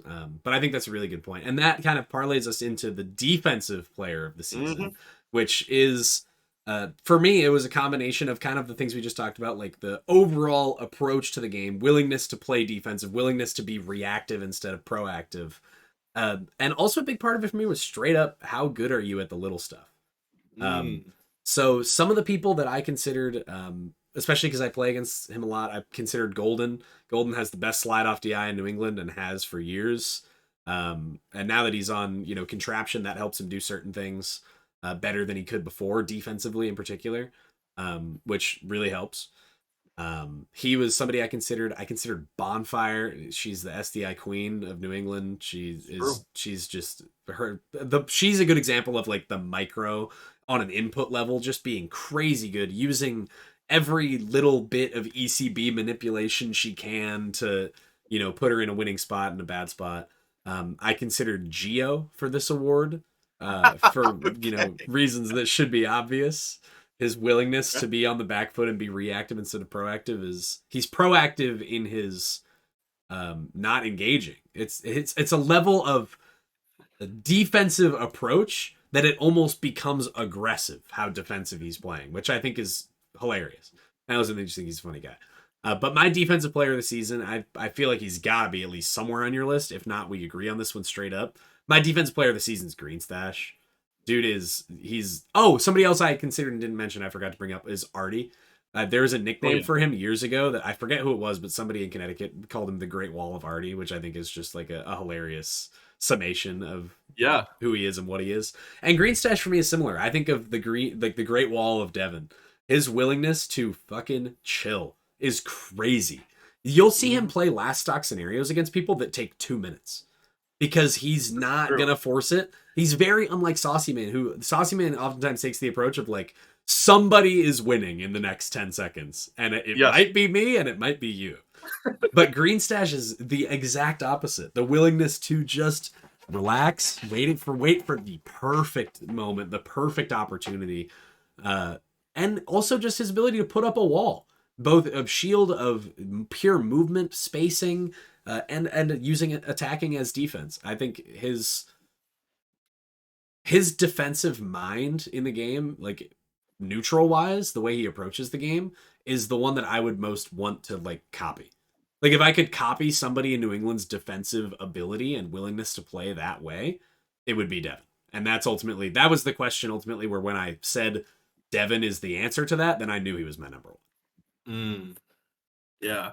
That's a great choice. I mean, Dev is amazing. Devin was on my list too. I had him at second on my list. Another person I had that I considered was Ant. I think Ant is not regularly talked about outside of just like, I mean, people will say he's amazing and he'll say he's a great Samus player, but like one of the things, and I think part of the reason is because he loves to be, part of the reason why people don't think about it is because I think especially at locals, he will definitely be like overtly aggressive sometimes, but like not in any good way. I think he's just trying to kind of be flashy. But when he's like really locked in, trying to get a win, he starts to put up this wall that obviously is helpful because he's a Samus player. But when you talk about the little things, this is a player that like is so exact with the wave dash back, down tilt, for example, or like knowing when to grab somebody off of like scaring them in like a defensive spot with just like even just simple movement. And then on top of that, when he wins a situation like that, he's incredibly good at reversing players. Like whether it's just sending him off stage, being a little bit scary with like little jumps off or like a missile here and there. Obviously, these are things that are easier to do with Samus in comparison to maybe other characters. But I think he does such a great job of it. And I think most of his big wins, like you watch him against Max, for example, Younger, I think he's not really winning because he's being overtly aggressive, taking the aggressive side of the mix-up. He just knows the way that Max likes to approach and just single-handedly like tears it down. Yep. And so for me, he was third on my list. Of course, I had Devin at second. But for me, I had to give Defensive Player of the Season to Bonfire. Yeah. You already mentioned her. Yeah. I think Tori's a great. I think the thing about Tori is that obviously people know her for like her back throws and stuff like that, and her edge guarding, which is very very precise, more precise than some of the best Sheik players I've played in the world. Like just incredibly precise, probably because she puts herself in that situation so often. But like the other thing is that yes, her SDI is great too, but I think, and you know this for sure, she DIs every up throw, man. It's so unfortunate. Like if you're a Fox player, you cannot get any simple up throw upper combo on her. You have to really. I have to interrupt you. Because please. This touches on an idea, nothing specific about Tori, but an idea that I think is so important in Melee when you're talking about defense is making your opponent work for everything. It's like the player in the NBA who, yeah, you might score on me a lot, but I'm going to make you fucking use the whole shot clock. I'm going to make you go deep into your bag, and I'm going to make you earn this layup, even if you get it. And Tori is a great example of that, of like every little bit of damage you get against her feels like massive, feels like such big progress because you're never getting that free 60% opening because, oh, you get a drill, she's SDIing it. You get a shine, she's, ready for the follow-up. She's SDIing the shine in out to mix you up constantly. Yep. You get a grab, she's DIing full behind, and are you confident you're going to hit that up air every time? Like, obviously these are Fox-specific examples because that's where both of us are coming from against her, but oh my goodness, man. She makes you work for everything. Every last thing. And her recovery. That is defense too. Yes. And I like what you said about progress. It very much is kind of like she's kind of like a boss in like a story game or something like that. Like this long game. She's like this big boss. And not even because she hits really hard, even though she kind of does sometimes. It's because like for you to even get to get a hit on her, you have to do all these like little things to like convince her that like she has to respect you on these things, right? Yeah. And then on top of that, if you mess up, then she's just so precise in her reversals, makes it so hard. So there is a lot of like there's like a progress bar. Like, oh my god, I'm going from 0 to like 60 now. Like, how can I take it from here? Oh, I just got hit. I'm gonna go back to 0. Like. That's the way she plays her punish game, her defense, her neutral game. Like I think she bases her entire game plan on that kind of stuff. And maybe other players don't see it because they don't play Fox necessarily, but like try playing an offensive character like Fox, Falco, even Falcon against someone like Tori. It is so difficult. It is not as easy as you may think. I agree. And you see it, again, to use examples that aren't, Fox specific, you see it when she plays people like Regex, where it's just like you said, the progress bar is so hard to move, especially as Marth. Way harder as Marth than as Fox. Let's call it what it is, right? Anyway, we could sit here and talk about Tori all day. But next up, I wanted to talk about the breakout player of the season. And this could be at any level. I chose, because we also have, I'll say this now, we also have a Rookie of the Year or Rookie of the Season award. Yep. So I kind of chose, and I don't know if you did too, we can talk about this. I chose for my breakout player of the season, I chose to look at people who are around PR level or like maybe just below PR level that really just had a far greater season this season than last. People who really put a lot together and made big steps in their, Melee growth. So some of the names I considered, for full clarity's sake, for my breakout player of the season, I looked at people like Tommy, like Saucy Man, like Regex, who had a great season. Kuro. I mean, he kicked off the season with that incredible performance of the Arcadian, right? Yep. These are some of the names I was looking at. Ultimately, I chose to go with somebody a little lower than PR level. Yep. I think he's probably around the 22nd best player in the region. Maybe okay. Not even that, right? Okay. I went with Kraft. I chose Kraft as my breakout player of the season because, first of all, he had a run at Austin All-Stars. For anybody who hasn't looked at it, just go on the bracket, the New England Melee stats site, and look at the run that he had at Austin All-Stars. For somebody who's not going to be like on PR ballots, no disrespect, for somebody who's not going to be quite at that level of being on PR ballots, that is an elite run that he had at that tournament. Fantastic run. And sometimes that's all it takes is one super duper good run. But really, the main reason I went with Kraft, and this is so vibes based and it's not data driven like most of the stuff we've been talking about, is that it feels with him so repeatable that like I would honestly be surprised if he's not on the PR within 2 years.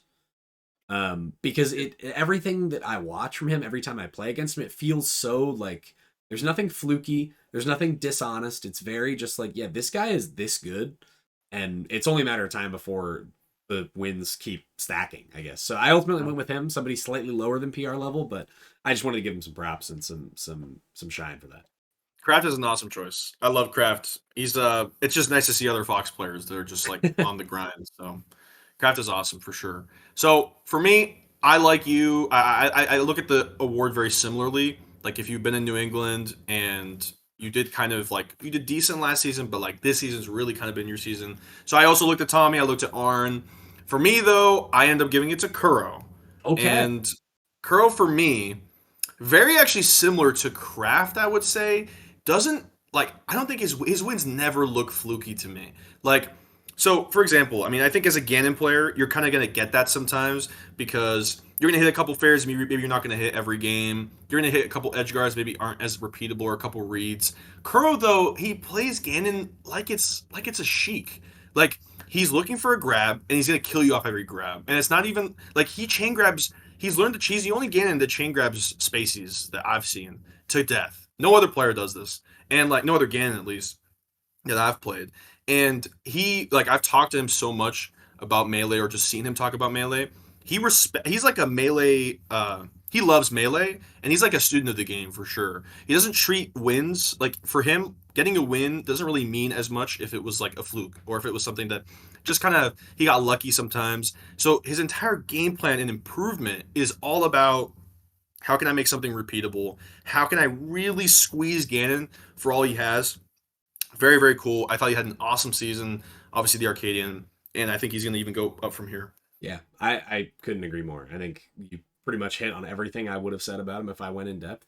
I just think his Arcadian run, like it felt, as much as you say, it, not fluky at all. I don't mean that when I say this, but it felt like a magical run where it was like the way he was like standing up, pumping his fist to the crowd. It felt like you were watching an 8 seed get to the finals. You know, Sure, like sure, sure. it was wild. It was wild. And not to say it's not like a shock because we all know how good he is, but it just felt like so magical and almost Cinderella-y until you realize like no, he's actually just that good.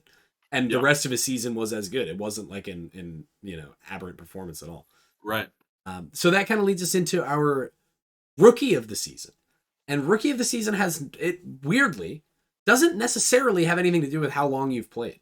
Right? There could be somebody who's, been playing for years but is finally, really starting to take steps, or somebody who has been around for a long time but has just started taking competing more seriously, right? So I really only considered 3 people for this. There were 3 people that instantly sprung to mind, and they're people who I see and play all the time. So I'm definitely biased towards, the people who go to the same tournaments I go to a lot, people who I see and talk to a lot. 2 names that I considered were Andrew from New Hampshire, who's been on the grind despite being a super busy guy, got married or got engaged rather, like recently. Andrew's awesome. Just a great dude, been busy, busy, busy, but still learning the game and putting in time, like doing VOD review, doing analysis, super, super in depth, and the skill levels improving to go with it.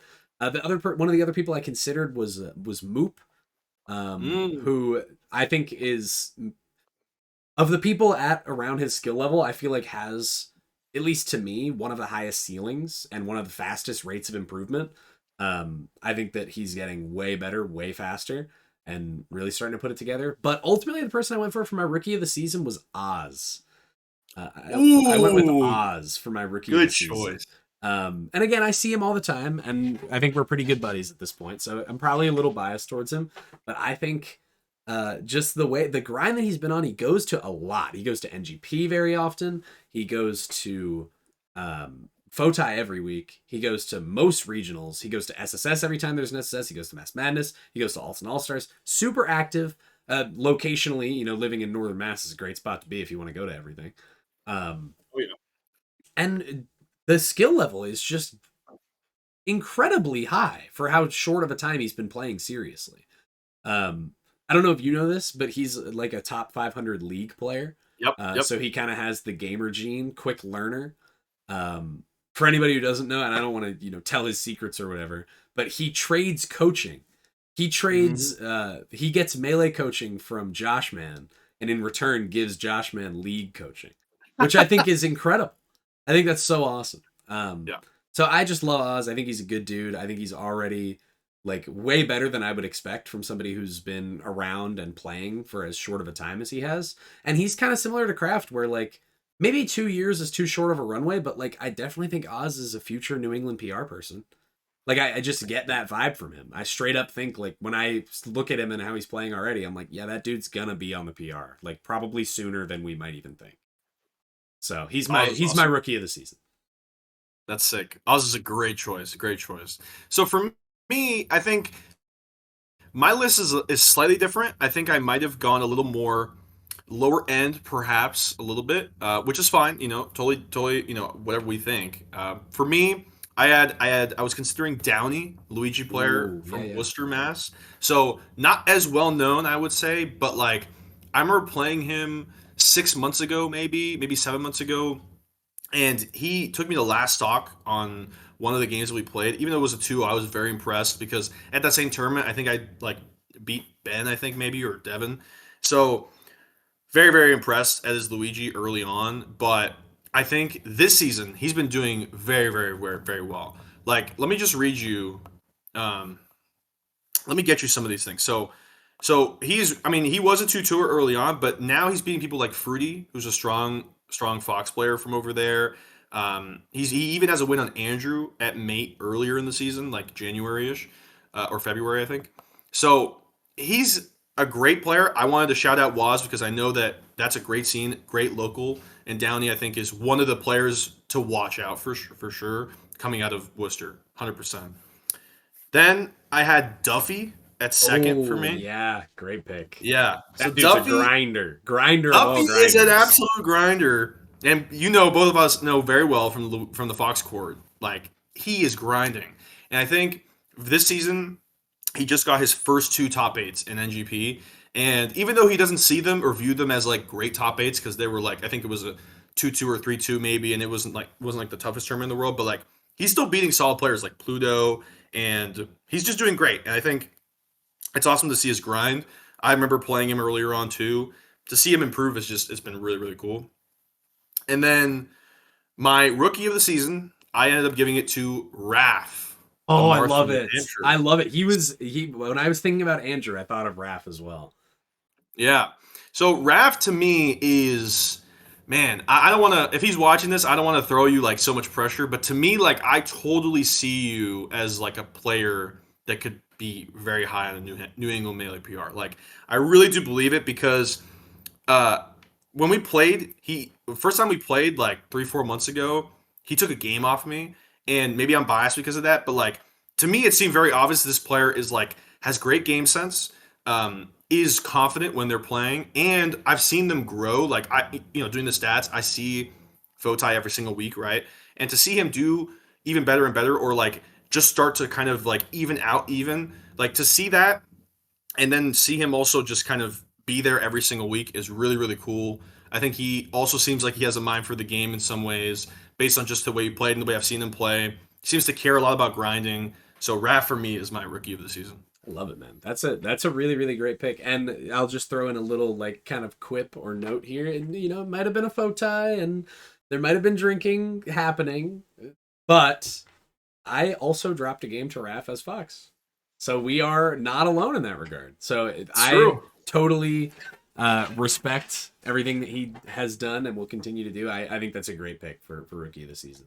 Some faux tires getting mentioned. I love it as a faux tire myself. So the next one is where we kind of get into some more obtuse, like hard to quantify ideas. Yeah. The next one I want to talk about is clutch player of the season. So you should go first on this one. I've been going first a lot. You set the tone. Sure. Yeah. So, okay. So this one's tough. I mean, I think, like you said, it kind of really depends on what you see as clutch. To me, it's really like are you put in a hard situation, and can you get yourself out of dodge regularly, right? And I think the players I consider for this were Bonfire and I considered Calvar, two amazingly clutch players that just like maybe even David could deserve it. Like to be honest, like he puts himself into losers very early on sometimes and goes on huge runs. So for that reason, you could maybe see him as a clutch player of the season. I get that, I understand it. For me though, my clutch player of the season is Artie. So Ooh. this guy, man, oh my god. I don't know how much you tune into Hog sometimes, but I'm regularly in the Hog stream. For those of you that watch the Hog or at Hog, you know you do not bet against the house, okay? The house always wins, dude. It's become like a moniker for Artie at this point. Like when you're in the Hog chat, people are just always spamming. He'll go down like 2-0 in grands from losers and just win 6 straight. And people are just like while he's being Nariel, like with his eyes closed, and people are saying in the chat like, "House always wins, man. House always wins." So for me, like Artie is just he's made a statement. He puts himself into dodge so often and gets himself out even more often somehow. Artie's my clutch player of the season. I love it. That is a fun pick. I didn't even think of that. That's such a good pick. That's one of my favorite parts of doing this is hearing people being like, "Damn, how did I not think of that?" Yeah. I thought one of the first person I thought of was Ant. I think Ant's defense is so strong. I think he's such a good punch upper because maybe not even if the data backs that up in this season or any other season. I think truly, and he'll probably deny it and say that this is not true, but I truly think that Ant against anybody in New England is like, yeah, I can, like what? Like, I think he thinks he has even odds. Like, I think there's some part of him that's like, yeah, it's a 50-50, like, I've beaten him before, because he has David wins. I think he beat Tori once. He has max wins out the wazoo. He's beaten me, like, he's just like, I think has that cool under pressure, like, so often as somebody who's, been on the PR pretty consistently in recent history. One of the things I like to think about when I'm playing a close set with somebody, and like if they beat me, it would be an upset. I always like to think like, oh, they're way more scared than I am. Like this means True. like they have only get in this spot every now and then. Like I've been in this spot a million times. They're way more scared than me. And when I play Ant, I think that might just not be true. He's as cool as a cucumber under pressure. I've already said so much. I was 95% sure I was going to give this to Calvar because it's disgusting. Like it's disgusting. He throws his winner's bracket life so often, like you were saying. He'll just play 2 stocks like a moron, SD at 20, and then he just leans forward, and it's like it's depressing, truly. Yeah. In the most complimentary way. It's just like depressing when you feel it happening. You're like, oh yeah, David's he's doing the thing that he always does. It's demoralizing. But I decided that I was going to, as much shine as I just gave him, I'm not going to give him any more shine. I'm not going to give him my award. I'm giving my award to Regex for clutch player of the season. Okay. I think maybe it's just because I've watched him so much, literally in person, watched him at tournaments. That dude finds himself in the most fucked up, like, last stock, both 100%. I think the sets I always think of are sets with Green Stash and his sets with Saucy Man, where it's like they will just have these 30-minute wars of sets where it's like every other game is a 3-stock comeback, and like Regex goes up 2-0 and then Green Stash forces game 5 and then Regex has to lock in and not get reverse 3-0'd. There have just been so many of those sets that I've watched in person. I've watched him have a 30-minute dogfight against Green Stash or against Saucy Man, and just when it's like we're 28 minutes deep, we're both exhausted, we're both 95% out of gas, and it's second to last stock, and Regex still has that extra gear he can get to. And he's done it so many times, literally with me watching, that I think I just had to give it to him. So he's my clutch player of the season. This is Regex. Awesome. Great pick. The next one, I don't think there's too much to talk about because I don't think there's a ton of good examples, but I wanted to give a quick shout to the comeback player of the season. And I thought of this award similarly to how it's talked about in football, where it's like returning either from inactivity or from injury or whatever it may be. Just kind of I thought of this award as just like a reminder of like, yeah, I'm still that good. And there were really only two people I considered for this. The first person I considered was Younger. Okay. Because Yes. Younger last season, I think everybody knows how good Younger is, and yet you just look at the PR, if you just look at the picture, Younger's 14th.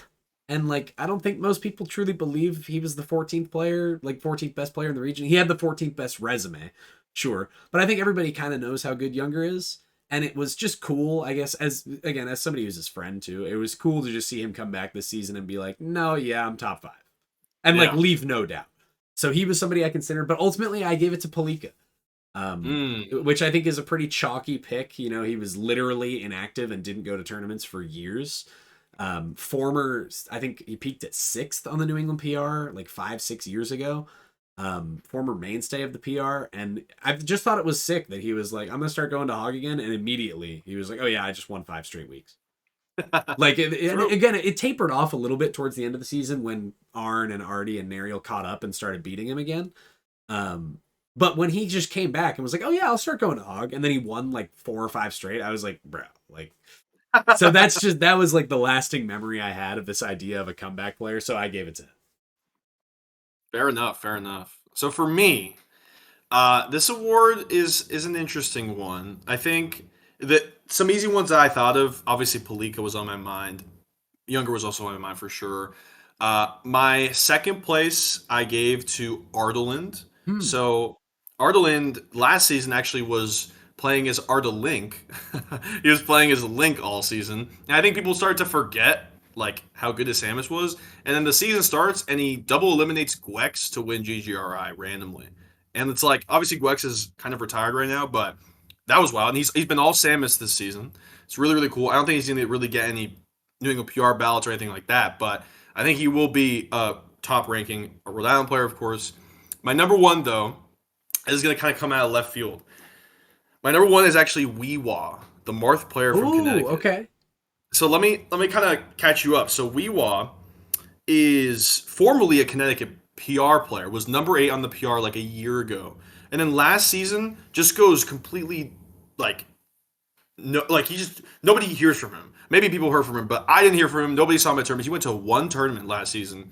He went like 3-2 or something, just kind of like a basic tournament, and nobody saw him the rest of the season. Then this season comes by, and he is just knocking it out of the park. He totally comes back and then wins Hog over Artie, which he hadn't won a Hog in over a year, and I don't even think like at that last Hog he won it over Artie. So it was just wild to see. Obviously, a little out of left field, maybe not as well known, perhaps. But like to me, I think if I think of a comeback player, like he totally was just like people thought he was gone. Was a former Connecticut PR player, comes back, owns Artie, wins a Hog, which is rare over Artie this season, and is going to be like middle to mid-low Connecticut PR this season. So he's my comeback player of the season. I love that. That's a great pick. I would have never even thought about that, but that's a great pick because I definitely remember when Weewa won that Hog. I remember I was watching when it happened. You know, I was in the Twitch chat or whatever, Twitch stream. And I remember having the thought when I first tuned in and saw Weewa was in Grands, because I just got there for Grands. And I saw Weewa was in Grands, and I was like, he still plays? That was like my first thought. Was like, I thought that he was just one of those people who like came in and was good, and then, you know, life pulled him away or whatever. Like you said, he was gone basically for the better part of a year, and I saw he was in Grands, and the first thought in my head was he still plays, and the second thought was he's this good, you know, like which I just thought that was funny. So I think he's a fantastic pick for comeback player of the season. I love it. I think it's a great choice. The next one I wanted to talk about is the first in last out award, which is for anybody who isn't familiar with the phrase, is you're the first one in the gym and you're the last one out. You put in outstanding effort. Which could be in the game, it could be out of the game, it could be a combination of both.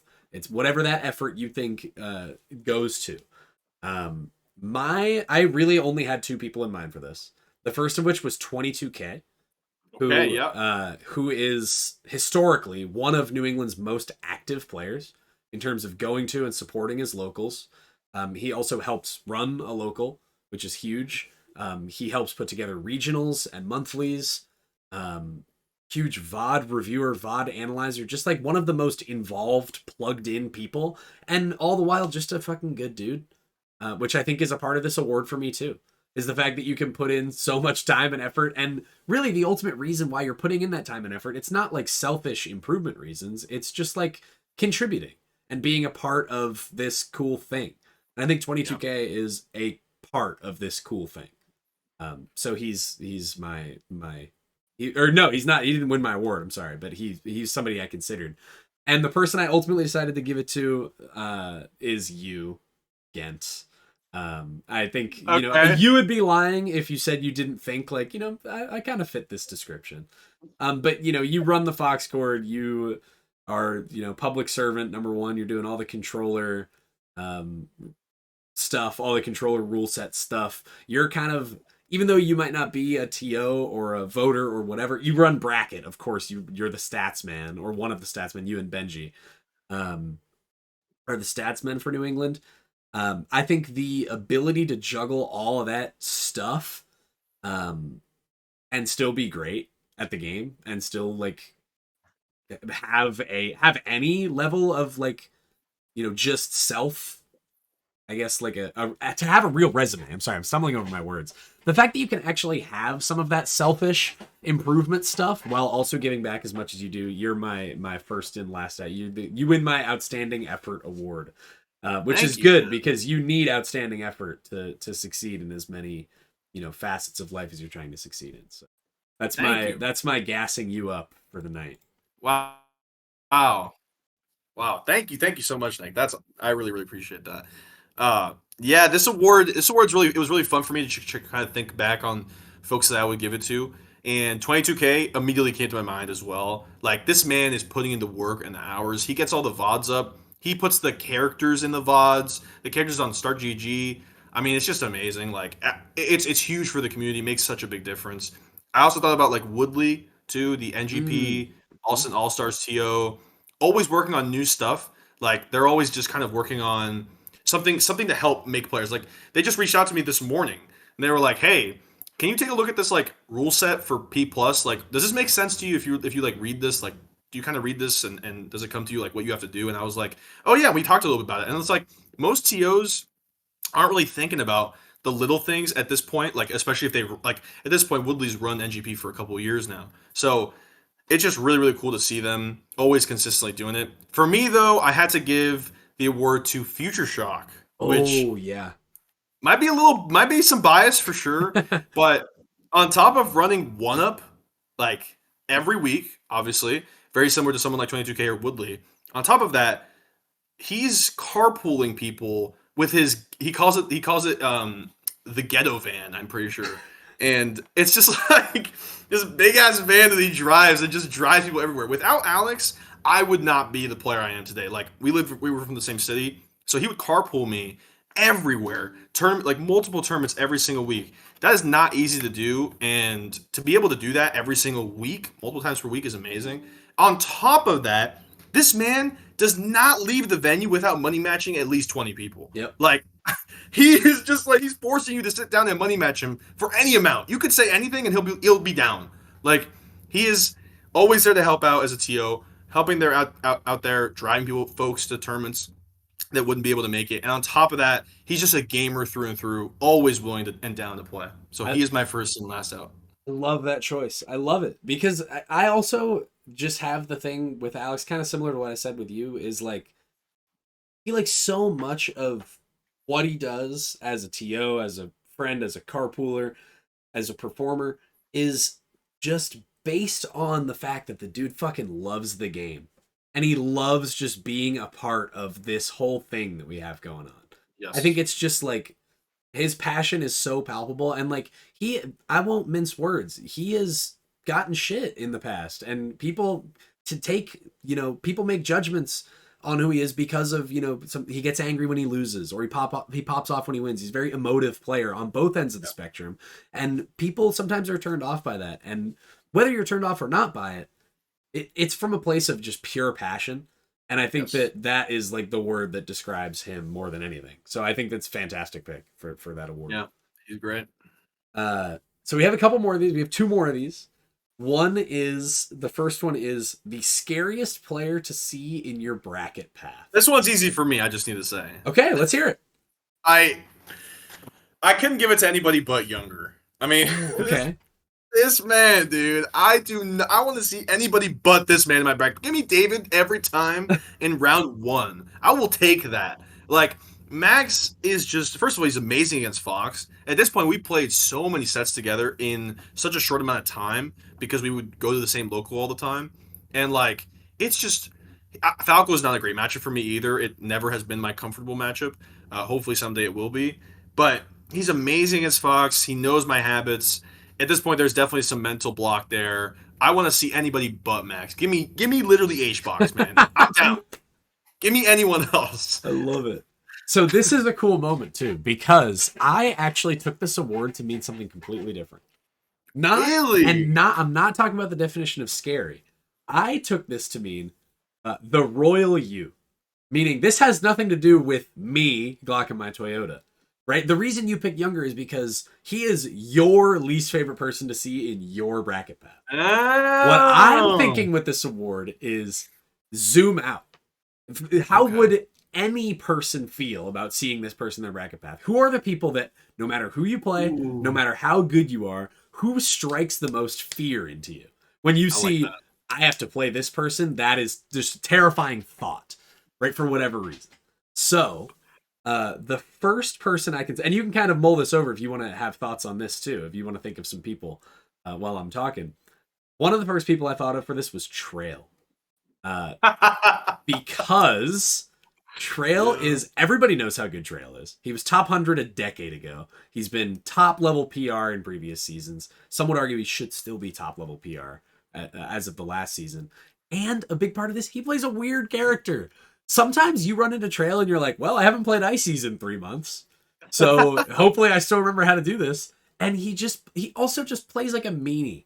He is just throwing out strong ass moves, like treating you like you're an idiot and just whacking you in the face. And I always say he plays Ices like he plays Ganon. He just wants to hit you a lot. But he also has that ability when you're in close sets with him to just like slow it down and grind it out and get so like molecular with the like, this is going to be a 30-second neutral exchange. You know, So I think he's fucking terrifying. I hate seeing that I have to play him. And also, maybe I should have just given this award to him because it's so many reasons now I'm thinking about it. I also just like, who would you want to lose to less? Because you know he's going to shit talk you. You know he's going to give you shit for losing to him. You know he's like 60 years old. Like, nobody wants to lose to Trail, bro. Nobody wants to run into Trail in their bracket. So he was one that I thought of, and I might just pivot and say that I'm giving him the award, but ultimately, the person I decided on, and again, this has nothing to do with me, because I historically do very well against this person, and I love seeing them in my bracket, because I've never lost. But how would the average person feel about seeing Load Spiller in their bracket? How would the average person feel? Man. How would you feel if you were the 9 seed at a Mass Madness and you're like, oh, who do I have to get to winner's quarters? Who's the 8 seed to my 9 seed? And it's Load Spiller. You're so right, man. Who wants that? Nobody. Like, even it's Bowser. You should want that, but nobody wants that. So I, as many funny reasons as there may be for Roy, for Trail, I can't not give it to Load Spiller. Who wants that in their bracket path? Yeah, you're right. You're right.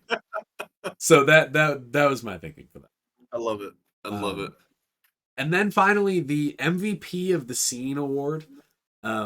This kind of goes without saying. This is like not necessarily about competition, although that may be a part of it.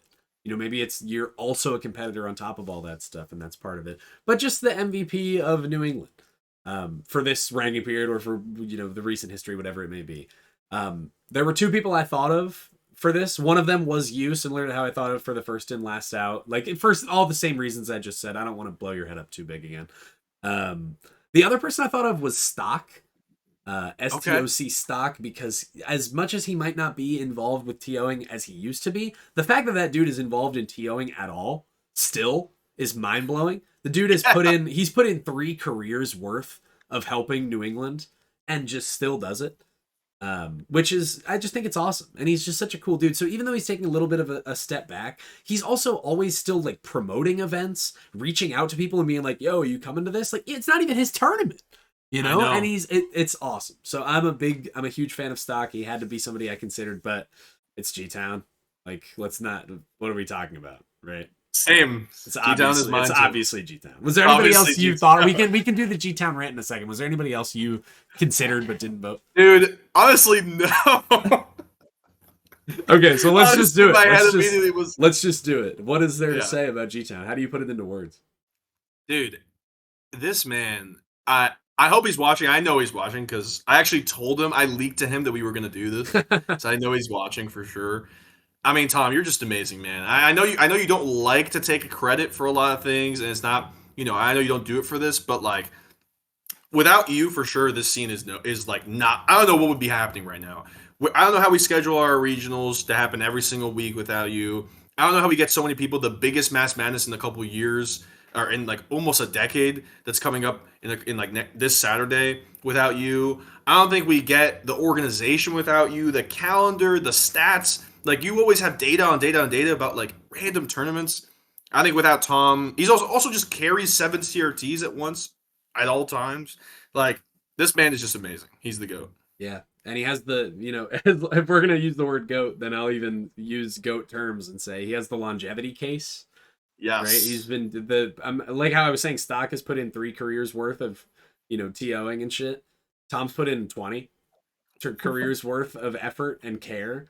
And I've talked to Tom both directly and indirectly about how much he means. So I don't want to lay it on too thick because I've known Tom since I was 14 years old. So like to say he's like a big brother, or even in recent years more like an uncle or like a cousin who's a decade older than you. I've just known Tom for so long. To say those things would be completely true. But I think the best way I can kind of summarize it is, I'll say one heartfelt thing and then one I'll debut a take, because this is like in true Bill Simmons style. I'll debut a take. The heartfelt thing is G-Town's the only person ever in my career, which is 10 years at this point. I've been going to tournaments in New England for over 10 years at this point. And he's the only person where the idea of him not being around scared me. Like, both on an emotional level of like just not having G-Town around, but also like genuine fear for like what's going to happen to New England. And the answer is we'll be fine. Right? Like, I don't want to sit here and like cause panic and say like things are going to explode when G-Town retires. It will be fine. There have too many people who care too much. The next generation will be, we'll be in good hands. I'm not trying to say we won't, but just the idea of G-Town not being around is terrifying. I think that's the best way I can summarize just the wealth of things that he does and the length for which he's done it. I think a lot of people, like the majority of active players in New England, have never known a New England without G-Town. I know. Like 90% probably of our current active player base has just been in the G-Town era, so to speak. Yeah. Which is why the post G-Town era is almost incomprehensible to a lot of people. But I could lay it on even thicker. I won't. The take I'll debut, and I don't think this is even a hot take anymore. G-Town's the most important person in the history of New England Melee. Like, agreed. I think, as much as people will reference like Crush or, KDJ or whoever it may be as competitors, or, TOs of old like Colin Fife or like Shi Deng for building Big Blue Esports. I know this is going over some people's heads because I'm old in Melee years. But G-Town's the most important person in the history of New England Melee. Like, I don't think it's that close anymore. I think it's been the case for a long time. I just think in terms of, both quantitative and unquantitative impact on the scene, it's not close. He's the most important person in the history of our scene. He's the MVP. He's the GOAT. Yeah, he's the MVP. He's the MVP. So that'll do it for our superlatives section of this. And this is kind of, we've gotten through the bulk of this podcast. Those were the 2 things that we really, really, really wanted to do. So we'll definitely not fly through, but we'll do the rest of the stuff much quicker. We wanted to do a quick touch base on the New England Melee Attendance Hall of Fame. This is, I believe, the 2nd season that we've had this thing, right? Again, we started this last period to highlight who goes to the most stuff, who's supporting. Like, I've been using this term a lot, like supporting this cool thing, because it just won't happen without the people who are grinding and going to a million things. So you want to give a quick. Gent is the liaison on this attendance Hall of Fame. It's kind of his pet project. So let's announce. We're gonna announce inductees, right? Yep. Who made it? Who made the cut? That's right. So what do we got? Yeah. So first, let me give a little bit of context. So the attendance Hall of Fame is simply, I mean, it might be obvious, but it's simply the people that attend the most. That's it. And this is a combination of both. If you look at bracket, it's obviously I separate folks based on their mains and if they play their secondaries or if they're playing on not a main controller. So this is all of somebody's events, whether it's their mains or otherwise, all together. And we pick a top 3 every season, and so you get your first place, second place, third place, pretty easy. So for third place, we had actually a tie for third place at 40 tournaments. Calvar and Rexa tied for 40 tournaments. Now, David has been on the Hall of Fame already 3 times. Like, he has, because I did a little backtracking last season for other previous seasons. So David's already been on it a couple times. He even as the best player goes to so many tournaments. Well, he gets paid. Okay. He wins everything. Like, come on. There's a bit of an asterisk on that, right? He goes to everything. Yeah, because he gets $100 every time he does. It's a no-brainer. It's true. I'm just kidding. But hey, when the one thing about him is when he goes to a tournament, other people go too. That's true. It's that if that's not supporting a local or supporting a scene, I don't know what it is. He's awesome. Rexa on the up and up as a player for sure. Also from Waz. We talked about Waz a little bit earlier. And just an awesome player, consistently a free play, goes to 1-up to free play. A grinder, plays multiple different characters. I think this is his first time on the Hall of Fame, so very, very, very proud of him. Very cool to see. Well done to both those players. In second place, with 42 tournaments and their first time on the Hall of Fame, we have Kuro. So Kuro's been outstanding this season. 42 tournaments. Is no slouch. You have to be wild to go to that many tournaments. And let me tell you, the first place person is wild. So Kuro is awesome. Obviously a grinder. I think he was my personal breakout player, right? So I think he would not be at that point without all these tournaments. Plays so many different people, gets so much experience. Well done to Kuro. First place, I had 22K.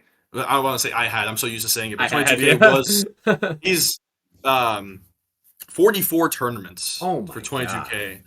Like you said, this guy goes to every season. If you go back, I think he has the most tournaments in the last 8 years, I think. And it is absurd. Like, he goes to anything. And he's also from Worcester, so we have some Worcester players here, right? This is his third. Fun fact, okay? This is actually the third time that 22K has gotten first place in the Attendance Hall of Fame, at least from my backtracking in the last couple seasons. So this man is just he's wild. He goes to way too many tournaments. And on top of that, he runs a monthly, runs a weekly.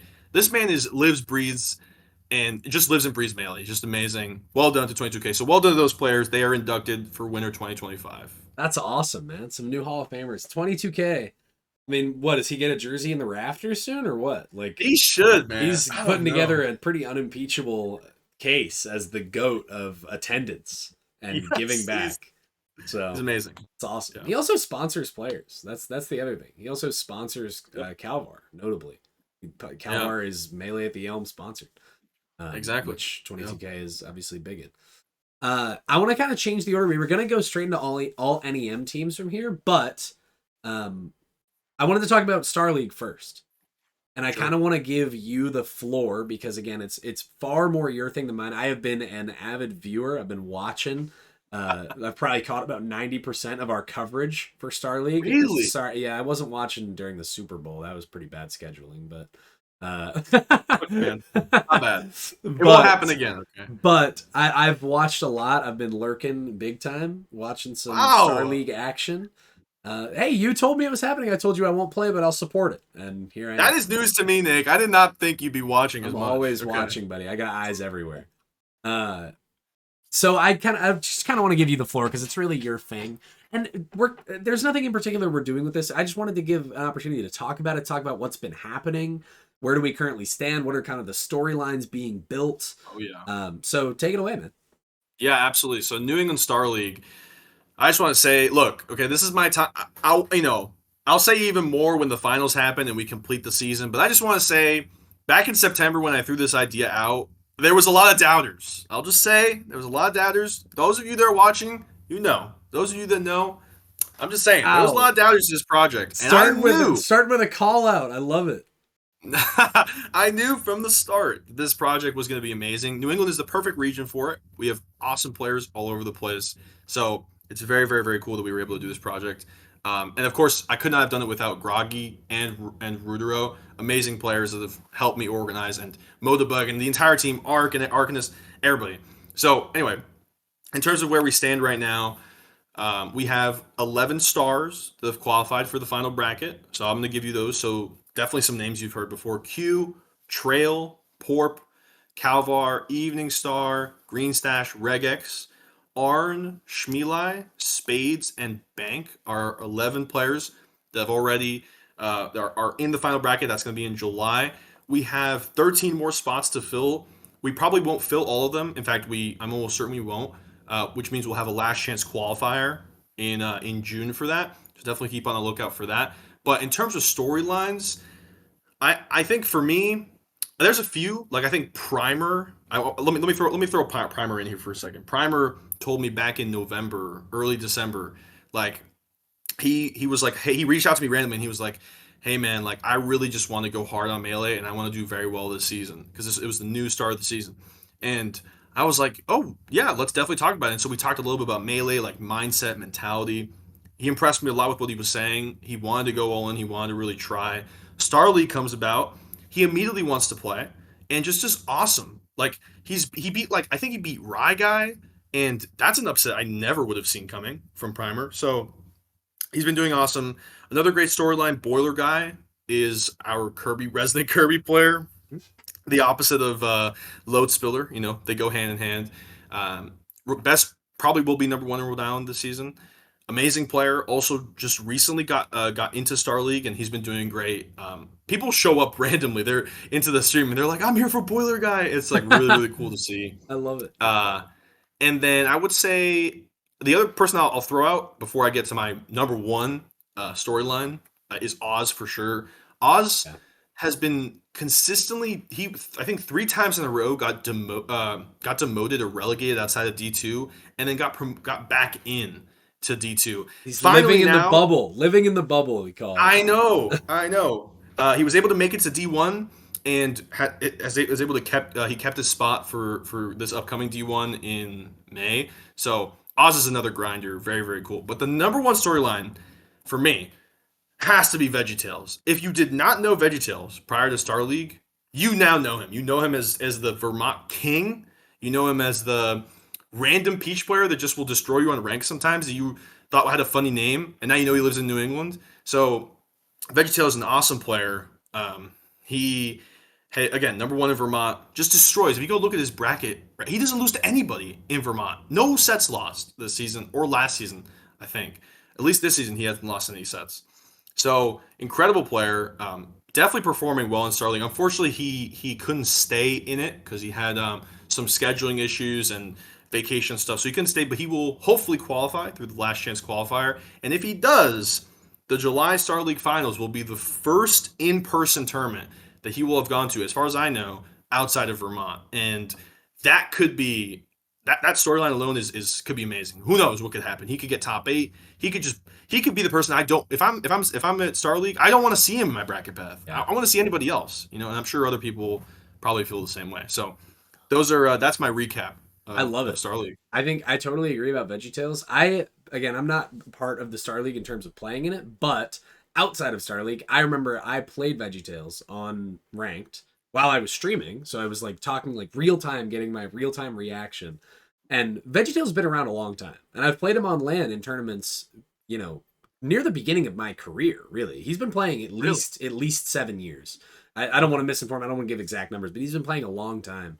I've played him on LAN before, and he was always good, but it was one of those things where it's like, man, if this guy wasn't stuck in Vermont and got more opportunity to play better people, he'd probably be really, really good. And I guess NetPlay has given him that opportunity.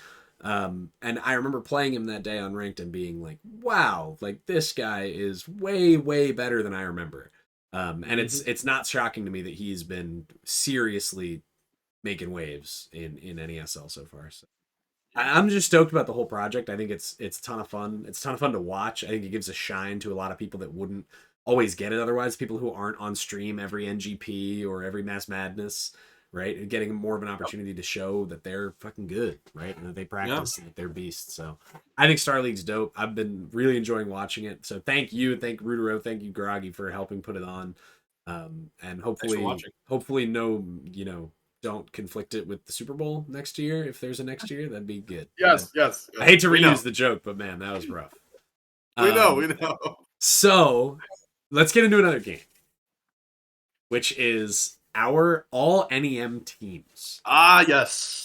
So the way all NBA teams work in the NBA, for anybody who isn't a huge fan of the league, or the way I should say the way they used to work, because it's a little different now, is you make a first team and a second team that goes by position, meaning you get one center, you get two guards, and you get two forwards.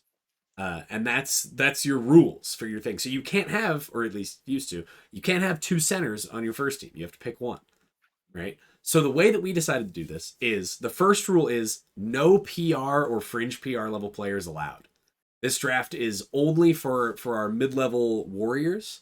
And if somebody says somebody who's maybe a little too close to the line, we can call it out. We don't have to, change the rules of the game. But, if Gent drops somebody and I'm like, it's kind of an easy pick, we can call each other out or we can give each other shit. The other rule is we get two spacies, two humans, like, Sheik, Marth, Falcon, whoever they may be, and one floaty. So the floaty could be Puff, could be Peach, could be whoever. It's a floaty. So two spacies, two humans, and one floaty. So you can start it off and tell me. Let's go second team first. No, let's go first team first. First team first. Okay. Who are your first team spacies? First team spacies are Brub from Connecticut and Conflict from Connecticut. Okay. Yeah. Those players are grinders, and Conflict especially will go to so many tournaments, even outside of Connecticut. And also carpool folks.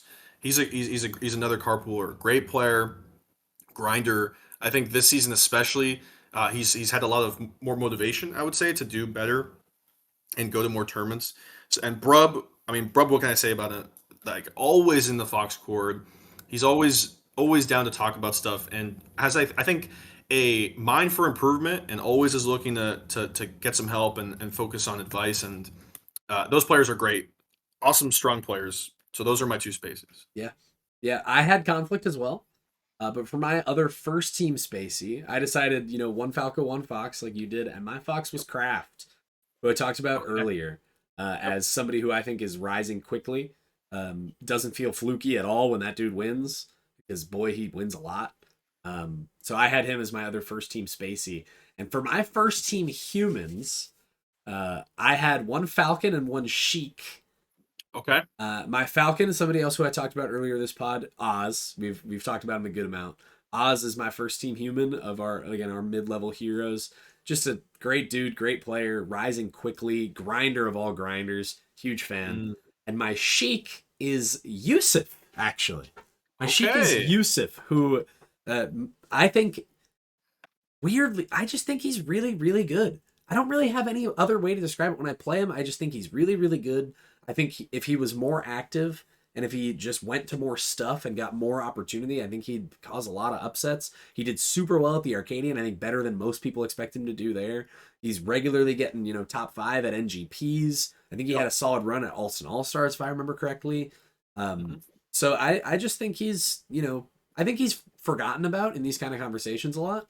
But I think that he's really good, and I think his stock's going up. So him and Oz were my first team humans. How about you? That's awesome. So I didn't have a Falcon, but I had a Sheik and a Marth. So for me, I did Weewa for my Marth on first team. A great Marth player. Of course, winning Hog over Artie is not easy to do, and doing it this season especially, Artie's been so dominant. Is very, very well. I already talked so much about Weewa earlier. My Sheik is 22K. So Kurt, I think, is I don't know if he'll make it on Mass PR this season. It's been that PR alone is just totally messed up. But in terms of how strong it is, but Kerr has been amazing. Has wins on Danny Loadspiller, wins on I can't recall his full resume right now, but oh yeah, beat Dulcitones. Like great strong player. Of course, goes to so many tournaments and just a grinder. Cares so much about the game. He's my first team. Humans for those humans, and I guess I'll give the floaty too. Yeah. So for me, I mean, maybe this is too close to the PR. I don't know. I gave it to Ant. Oh, Do you think okay. that's too close? I think it's on the fringe. I'll give it to you. I'll let you have it. Okay. Because full disclosure, my floaty is somebody who I think could be on the PR. Not this one, but a future one. Okay. All right. Yeah. So Ant's amazing, of course, and maybe Sammy's you don't think about it. Maybe when you think of a floaty, but he has to deal with all the same kind of stuff, camping and things of that nature. Not being too fast of a character, and Ant still makes it work. Incredible player, incredible defense. So he's my floaty for first team. And my first team floaty. We were just talking about him, so it's good timing. My first team floaty is VeggieTales. I know that he doesn't have much. He doesn't have much in-person performance, but if you're telling me I get this person on my theoretical team of players, I want him. I think he's that good, and I think it's just a matter of time before people start to really see it. To get into second team, my second team Spaceys, I also had Brub, who you had on your first team, and my other second team Spacey is somebody that you talked about, somebody I'm sure you maybe considered. New Hampshire bias, baby. Give me Primer. Give me Primer as my second team Spacey. I think that dude is super bright future. Like, he's, again, been playing the game a really long time. So there's a lot of stuff when you play him where you're like, wow, that's like something that somebody with a lot of experience would do.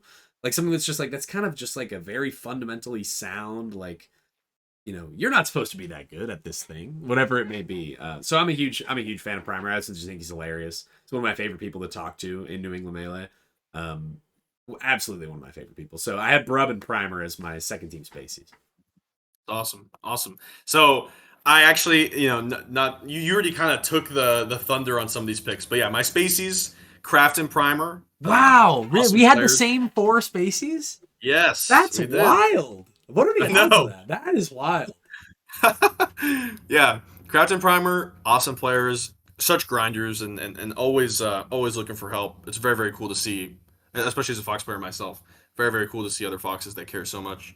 My humans, I had a Marth and a Sheik. Again, you already took the thunder on the Sheik. I gave it to Yusuf as well.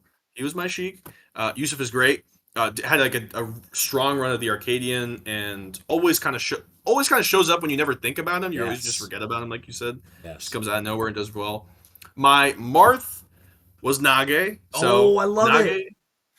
Nagi's my goat. I mean, he's a very good friend of mine. We play very, very often, and I think he's like top, maybe the person I have the most sets with all time, probably. Like an incredible player. Always also a grinder. I think recently, unfortunately, maybe people haven't seen him as much because he's been grinding Rivals 2 recently. But he gets always so frustrated with that game. I think he's leaning into coming back to Melee. So hopefully we'll see him again. But does so well against like Alex, Future Shock, Danny Loadspiller. I think he beat Meep last season. So he's an awesome player. I think hopefully more to come from him. Very, very, very cool. Yeah, I think that's a great pick. And I know you guys are super close. So I'm glad he made your human team. Or your second team all human, rather. My second team all humans were, again, I got a New Hampshire bias, man, but I went with Dulcitones as my second team human, as Sheik. That dude is maybe the best example in New England right now. Kind of similar to VeggieTales, but VeggieTales just literally is like sequestered away in Vermont. Dulcitones is like, man, if this guy went to literally anything except Fotai, he'd be really good. Like, really good. I watch him play Ember and Tori and take games. I watch him take games off Calvar. I watch him beat Golden. I think he's one of the funniest and just like probably the most chill person in New England in terms of like, he obviously cares and he practices and he's good at the game, but like if you pulled up to a tournament and he's like, this is the first time I've played in 4 weeks, I'd be like, I 100% believe you. Like he's so chill, but still so nasty. So I have to give it to him. And my other human was Lottie, the Falcon from Connecticut. who I think is on a serious trajectory. I think Lottie is super duper good, super grinder. There's just this whole wave of young, like new blood in Connecticut that are all grinders to the core. You know, we Yes. talked about Kuro and Arn and Tommy and all these people, and Lottie's a good example of that too. Yeah. So I gave Lottie a spot on my second team as well, and my second team floaty, and I'm stretching the definition of floaty here. Okay. My second team all floaty is Bingy. Okay. Yeah. Similar okay. to your Nage pick, I gotta give love to Bingy. One of my best friends in New England. Gotta show love to Game and Watch. I also considered Mono for this spot, Monochrome, the other Game and Watch. I wanted to get some Game and Watch love on here, but I gotta give it to Bingy because he's just one of my best friends. I think he's absolutely filthy. He's one of the few people in New England that I think has, and again, I'm biased, but I think he has some of the highest upset potential in New England. Where like if you told me Bingy beat, the fifth best or the fourth best player on the PR, I'd be like, yeah, I could see that. It wouldn't shock me at all. I know he's beaten Bank, a couple times in the past. That's a good example of that happening historically. So I just think Bingy has crazy upset, like up punching ability, and I also love him. So he had to be on my second team. That's awesome. Bingy's great. Bingy probably would have been my choice if I couldn't pick Ant for sure. My second team floaty, you already mentioned him. VeggieTales has to be my choice. I just want to put him on more people's eyes if they don't know about him. Hopefully, he can come through and qualify for the finals for Star League in July. I just want to see him go wild. Fun fact: I didn't know that he lived his family is from Massachusetts, and so we were talking a couple weeks ago, and I was like, so if you're from Mass, why don't you just travel down here? And he was like, man, I still don't want to come all the way from Vermont. I'm like, dude, you get to see your parents and go to a regional. Come through, man. So I really hope to see him.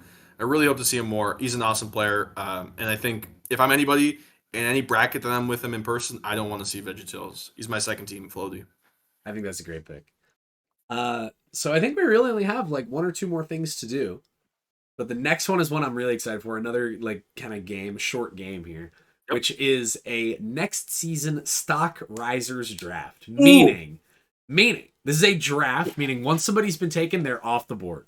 Meaning I can steal somebody from you if I think I really want to get this person on my drafted team of people. And again, the people we're drafting are people that we think are going to have the biggest rise in their PR stock between now and November when the next ranking period ends. Yep.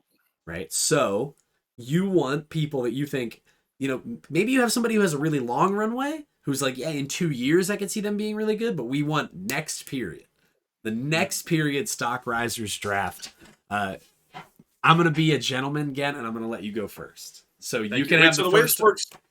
Do I get first pick and then you get two? No, it's just straight back and forth. I'm just giving you an advantage because I'm kind.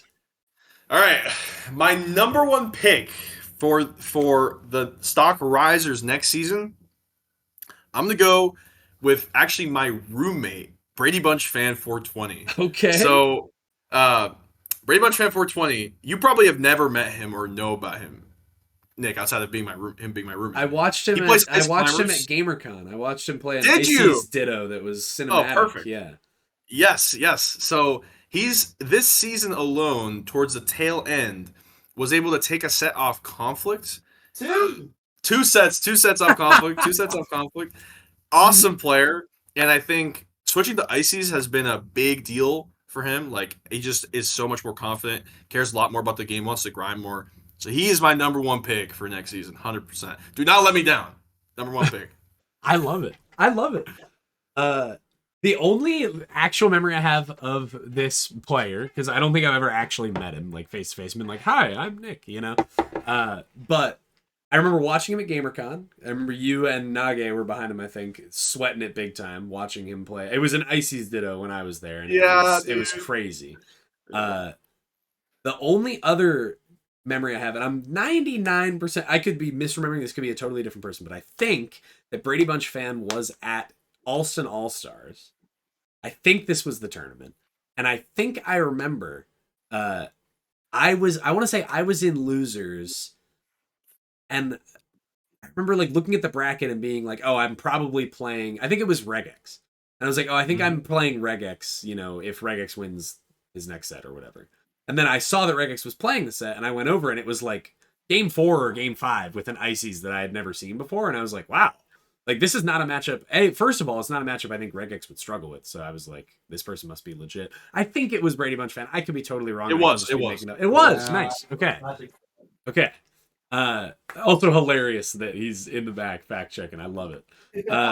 My first pick in the next season, stock risers, meaning we need some immediate turnaround. Yes. This is a risky pick because he could totally fuck me over by being inactive again like a loser. My pick is Primer. We've talked about him a little bit. I think Primer currently has the most unrecognized potential of any player in New England. I don't mean that in the mean way. I just think he's so much better than he is. You know what I'm saying? Sure. Like, I just think he has some of the most unrealized potential in New England. And I think another big part of this is he gets to go to Fotai every week. And that's a good vector for improvement. You go to a local every week and get to play Calvar or me or Golden or Ember or Bonfire. And probably multiple of those people. Yeah. That's a really good way to get better. So, we've talked about him a little bit, but Primer is my first pick. My second pick for stock risers is Lottie, 100%. Oh, okay. So Lottie's just a grinder. One of the things, like, unfortunately, her records look much worse than I think they are. If you actually look at the set counts, I think she's gone game 5 with like so many strong players. She went game 5 with RD, game 5 with Arn, I think. Game 5 with Brub. She's beaten Kuro a couple times this season. I think she might have gone game 5 with Conflict. Or beat him, maybe. Like, she was coin flips away from being an incredibly, like, maybe even high CTPR player. So, Lottie is my second pick. I know she won't let me down. She's an ultra grinder. It's a great choice. I like it a lot. I'm going to pick somebody at 2, and I think I could probably save this person for later because I don't think that you're going to have this thought process. I'm just like predicting how you're going to draft, but I'm going to do it now because I really want to just get it off my head. Is this list of stock risers is not limited to non-PR players only. And you might be thinking, why would you pick a PR player for this? Like, how high can their stock rise? You know, if they're already viewed as one of the 10 or 15 or whatever best players in the region, how high can your stock really go? Right. But I want to draft somebody who I think is currently viewed clearly as one of the 12-ish best players in New England, will without a doubt be on the next PR, I can promise, is on the current PR. And the reason I have him in my stock risers draft is because I think he's going to go from being viewed as really good, like clearly a PR player, one of the better players in the region.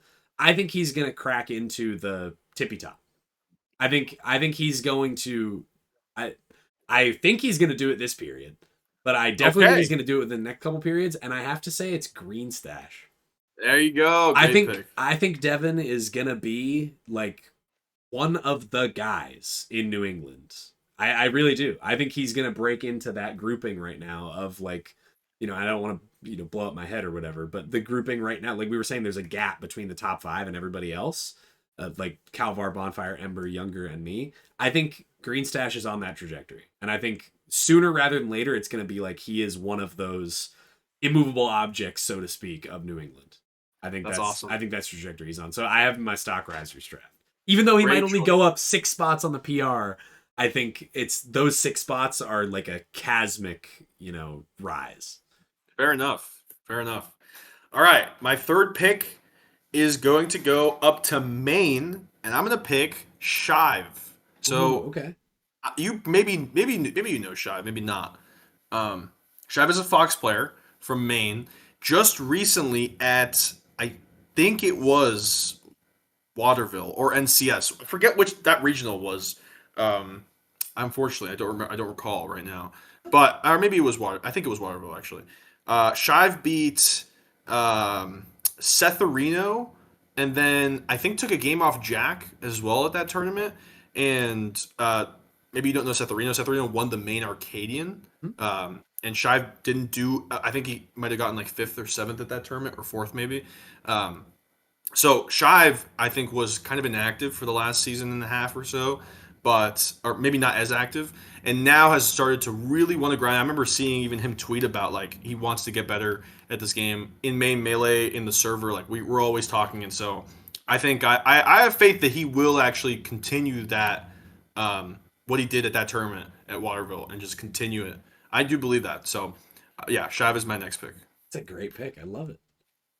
I think I'm gonna go with my third pick. I'm gonna go with somebody who I think flies under the radar a little bit, despite having some wins that low key like make you raise your eyebrows, and also taking a lot of games against people, even if not winning whole sets. Like taking games means something. It's not just about who you beat and who you don't beat. It's also about like if you're making serious progress against people way better than you, right? That's a big deal. This is somebody who's taken me to game 5. I watched him take, I think, Green Stash to game 5. It was either game 4 or game 5. Somebody who I think flies under the radar a little bit. My third pick's Jeep God. Oh, good pick. The DK from Massachusetts. I think just straight up Boston. I think Jeep God lives in Boston as part of that crew. I know Babs is part of this crew. They're like a college crew. I think it's called Nothing But Big Checks. Okay, yeah, NBBC, because it was like Pluto was part of that, and Basil Boy when he was here was part of that. New Quake. Yeah. Yes, exactly. So Jeep God, I think, I think he's just one of those people. He kind of has that like you don't really want to see him in your bracket path. Like even if you feel good into DK, it's like that's not really something I'm super comfortable playing right now. It's been a while, you know. And I think he's somebody that next season could be in that, like, maybe not in PR talks necessarily, because that's a big jump, but in that range of like, wow, he really is probably around the 20th best player in New England. I think he could get to that level. And I think for how little he's talked about right now, I think that's a pretty big jump. Good pick. Yeah, Jeep God's great. Jeep God's awesome. My fourth pick is going to be the Falco from Western Mass, KZ Grob. Oh, okay. So KZ Grob, I'm really going deep into my stats bag. I was gonna say you're in your bag right now. I'm in my stats bag. This is every week I do this every day. What can I say? You know, so yeah. So KZ Grob I think was second or third on the last Western Mass PR. I think the one that's going to come out very soon, solidly number 1. Like very clearly jumped up already to number 1, and took a game off me. Almost took me to game 5 at the UMass Amherst Monthly that just happened a month ago. Incredible player, is a big grinder, cares a lot about the game. I think a student of the game as well. Every time I see him, every time we talk about Melee, even if it's not for that long, or even if I just like see him in a tournament, or watch his games, because I'll like tune into Prodigy sometimes. It just looks to me like he is doing things. He's doing what he thinks is the right and the correct thing to do.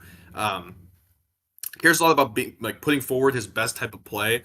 And I think he's awesome. I think he will continue to move up. Hopefully, he can go to like a Mass Madness, All-Stars, one of those bigger tournaments, and maybe he can pop off. So KZ Grob is my fourth choice. I think that's a really, really good pick.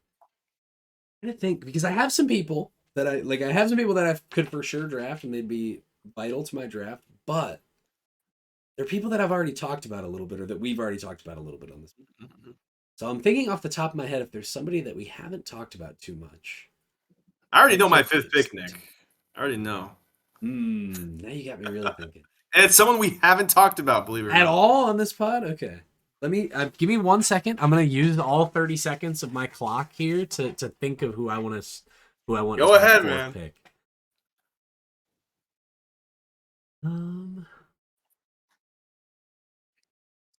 Oh, it's so hard. Okay, it's somebody we've talked about a little bit, but only a little bit. I gotta go with Raph. I think I can't not take Raph as a big stock riser. Or I just think like a lot of the stuff you said earlier, like good game sense, and it also has that faux tie bump of like just having the wealth of sets against good people. I think is a great way to learn, even if you're just getting wrecked for a while. I don't know. I don't have too much more to add on him, but I just think he's gonna be really great. I think next period, I think he's already fringe New Hampshire PR. I think next period, there's a good chance he's on it if he continues kind of the trajectory he's on. And getting on New Hampshire PR, I mean, you're hanging with the big dogs at that point. It's true. So I'm a believer in him for sure. Let's hear it. You sound like you really know who you're picking for your fifth. I'm ready to go, man. Right, my fifth pick, the Massachusetts Luigi player that you don't know about, Funny Haha Man. Oh. So Funny Haha Man, if you're in New England Melee in the server if you're checking out sick clips regularly, it might be just funny haha man sometimes. That man is coming up with wild Luigi clips I've never seen before. He's telling me he's taking sets off hacks, taking sets off like random really good players I've never taken sets off of. I'm like, this player needs to go to tournaments. And then he goes to NGP and gets like 13th or something. And I'm like, damn, we're kind of good as a region. But it's like he's just awesome. And I think this past season he was moving from Connecticut into Boston, so I think maybe was a little less active at the tournaments. But like, I absolutely foresee him going to more NGPs and learning from folks like Ben and Devin and doing even better. So Funny Haha Man is my 5th pick. Love it. I think that's a great choice. Yeah, he was talking to me one time about like how he beat hacks on ranked, and I was like, fucking crazy, man. Like, I know Luigi's not good. Maybe that's a hot take. I think Luigi sucks. So winning with him is super impressive. Like, no matter what. It's the same reason I'm so impressed by Devin and Ben and the stuff they've been able to do. Yeah. I think I've settled on my 5th pick. I think we've had a lot of weird characters on here. I had a DK pick. You just picked a whatchamacallit? Luigi. I had an Ice Climbers. You had an Ice Climbers, yeah. And I'm going to continue that trend, and you'll know who I'm talking about as soon as I say it. I'm going to have a Yoshi here, which is I'm going to take Gambit. Gambit's Yoshi is really, really good. I think I've actually never played him before, but I just look at the stuff he does. Like you, I'm getting deep in my data bag here. I'm flexing my data muscles here. He has some good ass wins. He's surprisingly active. He has access to a local that has a super, super active and rich scene, which helps a lot. And he has that being the better player at a local like that, being one of the better players at a local like that fosters so much growth and so much progress, because you have a target on your back of people who are constantly devising new ways to beat you, and trying to fight that off helps make you better in a big way. And I just think he's a super impressive player. I've never even played him, and I think he's a super impressive player. I think he's doing good stuff, and I think he's on the come up in a big way. He's awesome. Yeah. I like our teams of stock risers. Oh yeah, I'm ready. I'm ready to throw these out in the wind, and hopefully they don't let me down. So. All right, well, we've already been going for 2.5 hours, which is crazy. We've been talking, man. Yeah, we have. I think it's time to wrap up though. Because I think we've talked about pretty much everything there is to talk about. So I wanted to kind of give you the floor here of just to close, where are we heading as a region? What's going on? Sure. What's upcoming? What does the summer of New England Melee look like? Just basically anything important that you think is worth leaving us with. 100%. First of all, on the PR discussion, I think it'll be really, really interesting to see where folks like Tommy and Arn go and how they do, because they've just been able to show off so much skill this season, and for folks that maybe didn't know them as well. So I'm hoping that for some of the summer majors, they can kind of show up and do even better. So I think some of the new folks are definitely people to keep an eye on. This Saturday, though, I don't know if you're going. I'm sure you are. Mass Madness 50 is happening. I'm not and going. You're not going? Dang. Okay. That's unfortunate. But Mass Madness 50 is going to be like the biggest New England. It's going to be the biggest Mass Madness tournament in, I think, since 2017. I mentioned a little bit earlier, one of G-Town's last Mass Madnesses, probably. Like maybe 2 more after this. I'm not quite sure. But it's going to be incredible. 50 iterations of Mass Madness is nothing to slouch at. And that's going to be really, really cool. And then in terms of other stuff, other big things that are happening, I would say the Star League, would be remiss to mention it again. Star League finals in July are going to be really, really cool to see, especially if VeggieTales can get in, and just to kind of see how folks can kind of move from online into in person and see how that kind of changes. So that'll be really cool. Of course, we have some summer majors. There's so many tournaments happening, but I would say, Collision, Supernova, and Wavelength isn't really. Wavelength is in the period, but it's towards the very tail end of it. So Wavelength will happen. I mean, I don't want to interrupt too hard, but I just wanted to say on Wavelength, one of the cool things that it's at the very end of the period. It's like the get it in under the gun thing. Like if you had a good period, but you want to make it a great period, just get 33rd at Wavelength. I know. I think it's awesome having stuff like that. Anyway, continue. Sorry. No, yeah. And so I think we're on a great route. I think New England's doing very, very well. We have so much so much new talent, like you were just talking about in Connecticut. So many different characters. I want to see Boiler Guy at a regional. I'm trying to see more Danny at regionals. I want to see how Lottie does. I want to see Ember finally go to a big major out of region and hopefully perform very well. I want to see you do that. That would be very cool. Like, I think the storylines are really cool. I'm very interested to see how if Tori can get even higher on SSBM rank. New folks in SSBM rank, who knows? I just think New England's in a great spot. I think we have, even with G-Town kind of moving away from the scene towards the end of this year, I think we're doing really, really well. The new blood, new TOs, all these new tournaments. I think we're in an awesome spot. I just love New England where we're at right now. I love it. So it's awesome. Yeah, I couldn't agree more. I think this next period, summer always seems to be a little busier for the most part. More people playing, more people feeling it. Tournaments are more accessible because there's no weather issues. Summer's always bumping. And we got majors going on. Summer is like when the major swing is in full effect. There's a major like every other week during the summer, so it's going to be thrilling. In terms of like just how I feel about where New England is right now, and it's something I mentioned earlier, and I don't just say this to be an asshole, but I think that this period is going to be all about kind of that idea of punching up and putting a target on other people's backs. And I think that the big thing with that, especially when we see what the next PR looks like, is going to be this idea of New Hampshire versus everybody, of the New Hampshire players making up the top end of the PR. That is like motivation supreme for everybody else. Yes. And I think that's going to be a theme of this next period, is like breaking into the next level, right? The fringe PR people trying to punch up and break into the PR. The low end of the PR trying to punch up and get to that, 7 to 10 range. The 7 to 10 range trying to get wins on that, blacklist of players at the very top. I think this is going to be a season of intense competition and intense improvement, and a lot of every period is, but all about trying. I think everybody's going to be trying to break into whatever the next level is. I think that's what makes it so exciting. I think this period, we were saying, I think it's very naturally kind of tiered and segmented. And I think that this period is going to have a lot of stratification, and upsets are going to mean more than they ever have. Yeah. So I think I'm excited, man. Yeah, I think this next season is going to be like the age of the upset, so to speak. I think we're in the upset era of New England Melee. I think that's where we're headed. So I think I'm good to call it here, unless there's anything that you really, really wanted to get in under the gun here. No, I think it's just been a pleasure.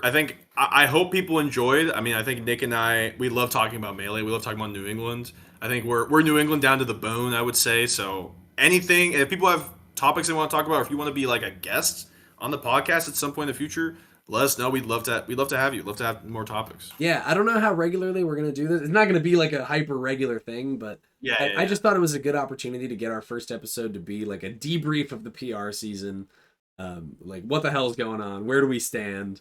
And talk about a little bit of everything. So I think that we accomplished that today. I think this was I thought it was a roaring success, but obviously I'm a little biased. So anyway, thank you everybody for listening. Appreciate you all giving us your time. I hope this made a few commutes to work maybe a little more fun. Yes. And me and Gent will see you. Literally, we will see you at tournaments.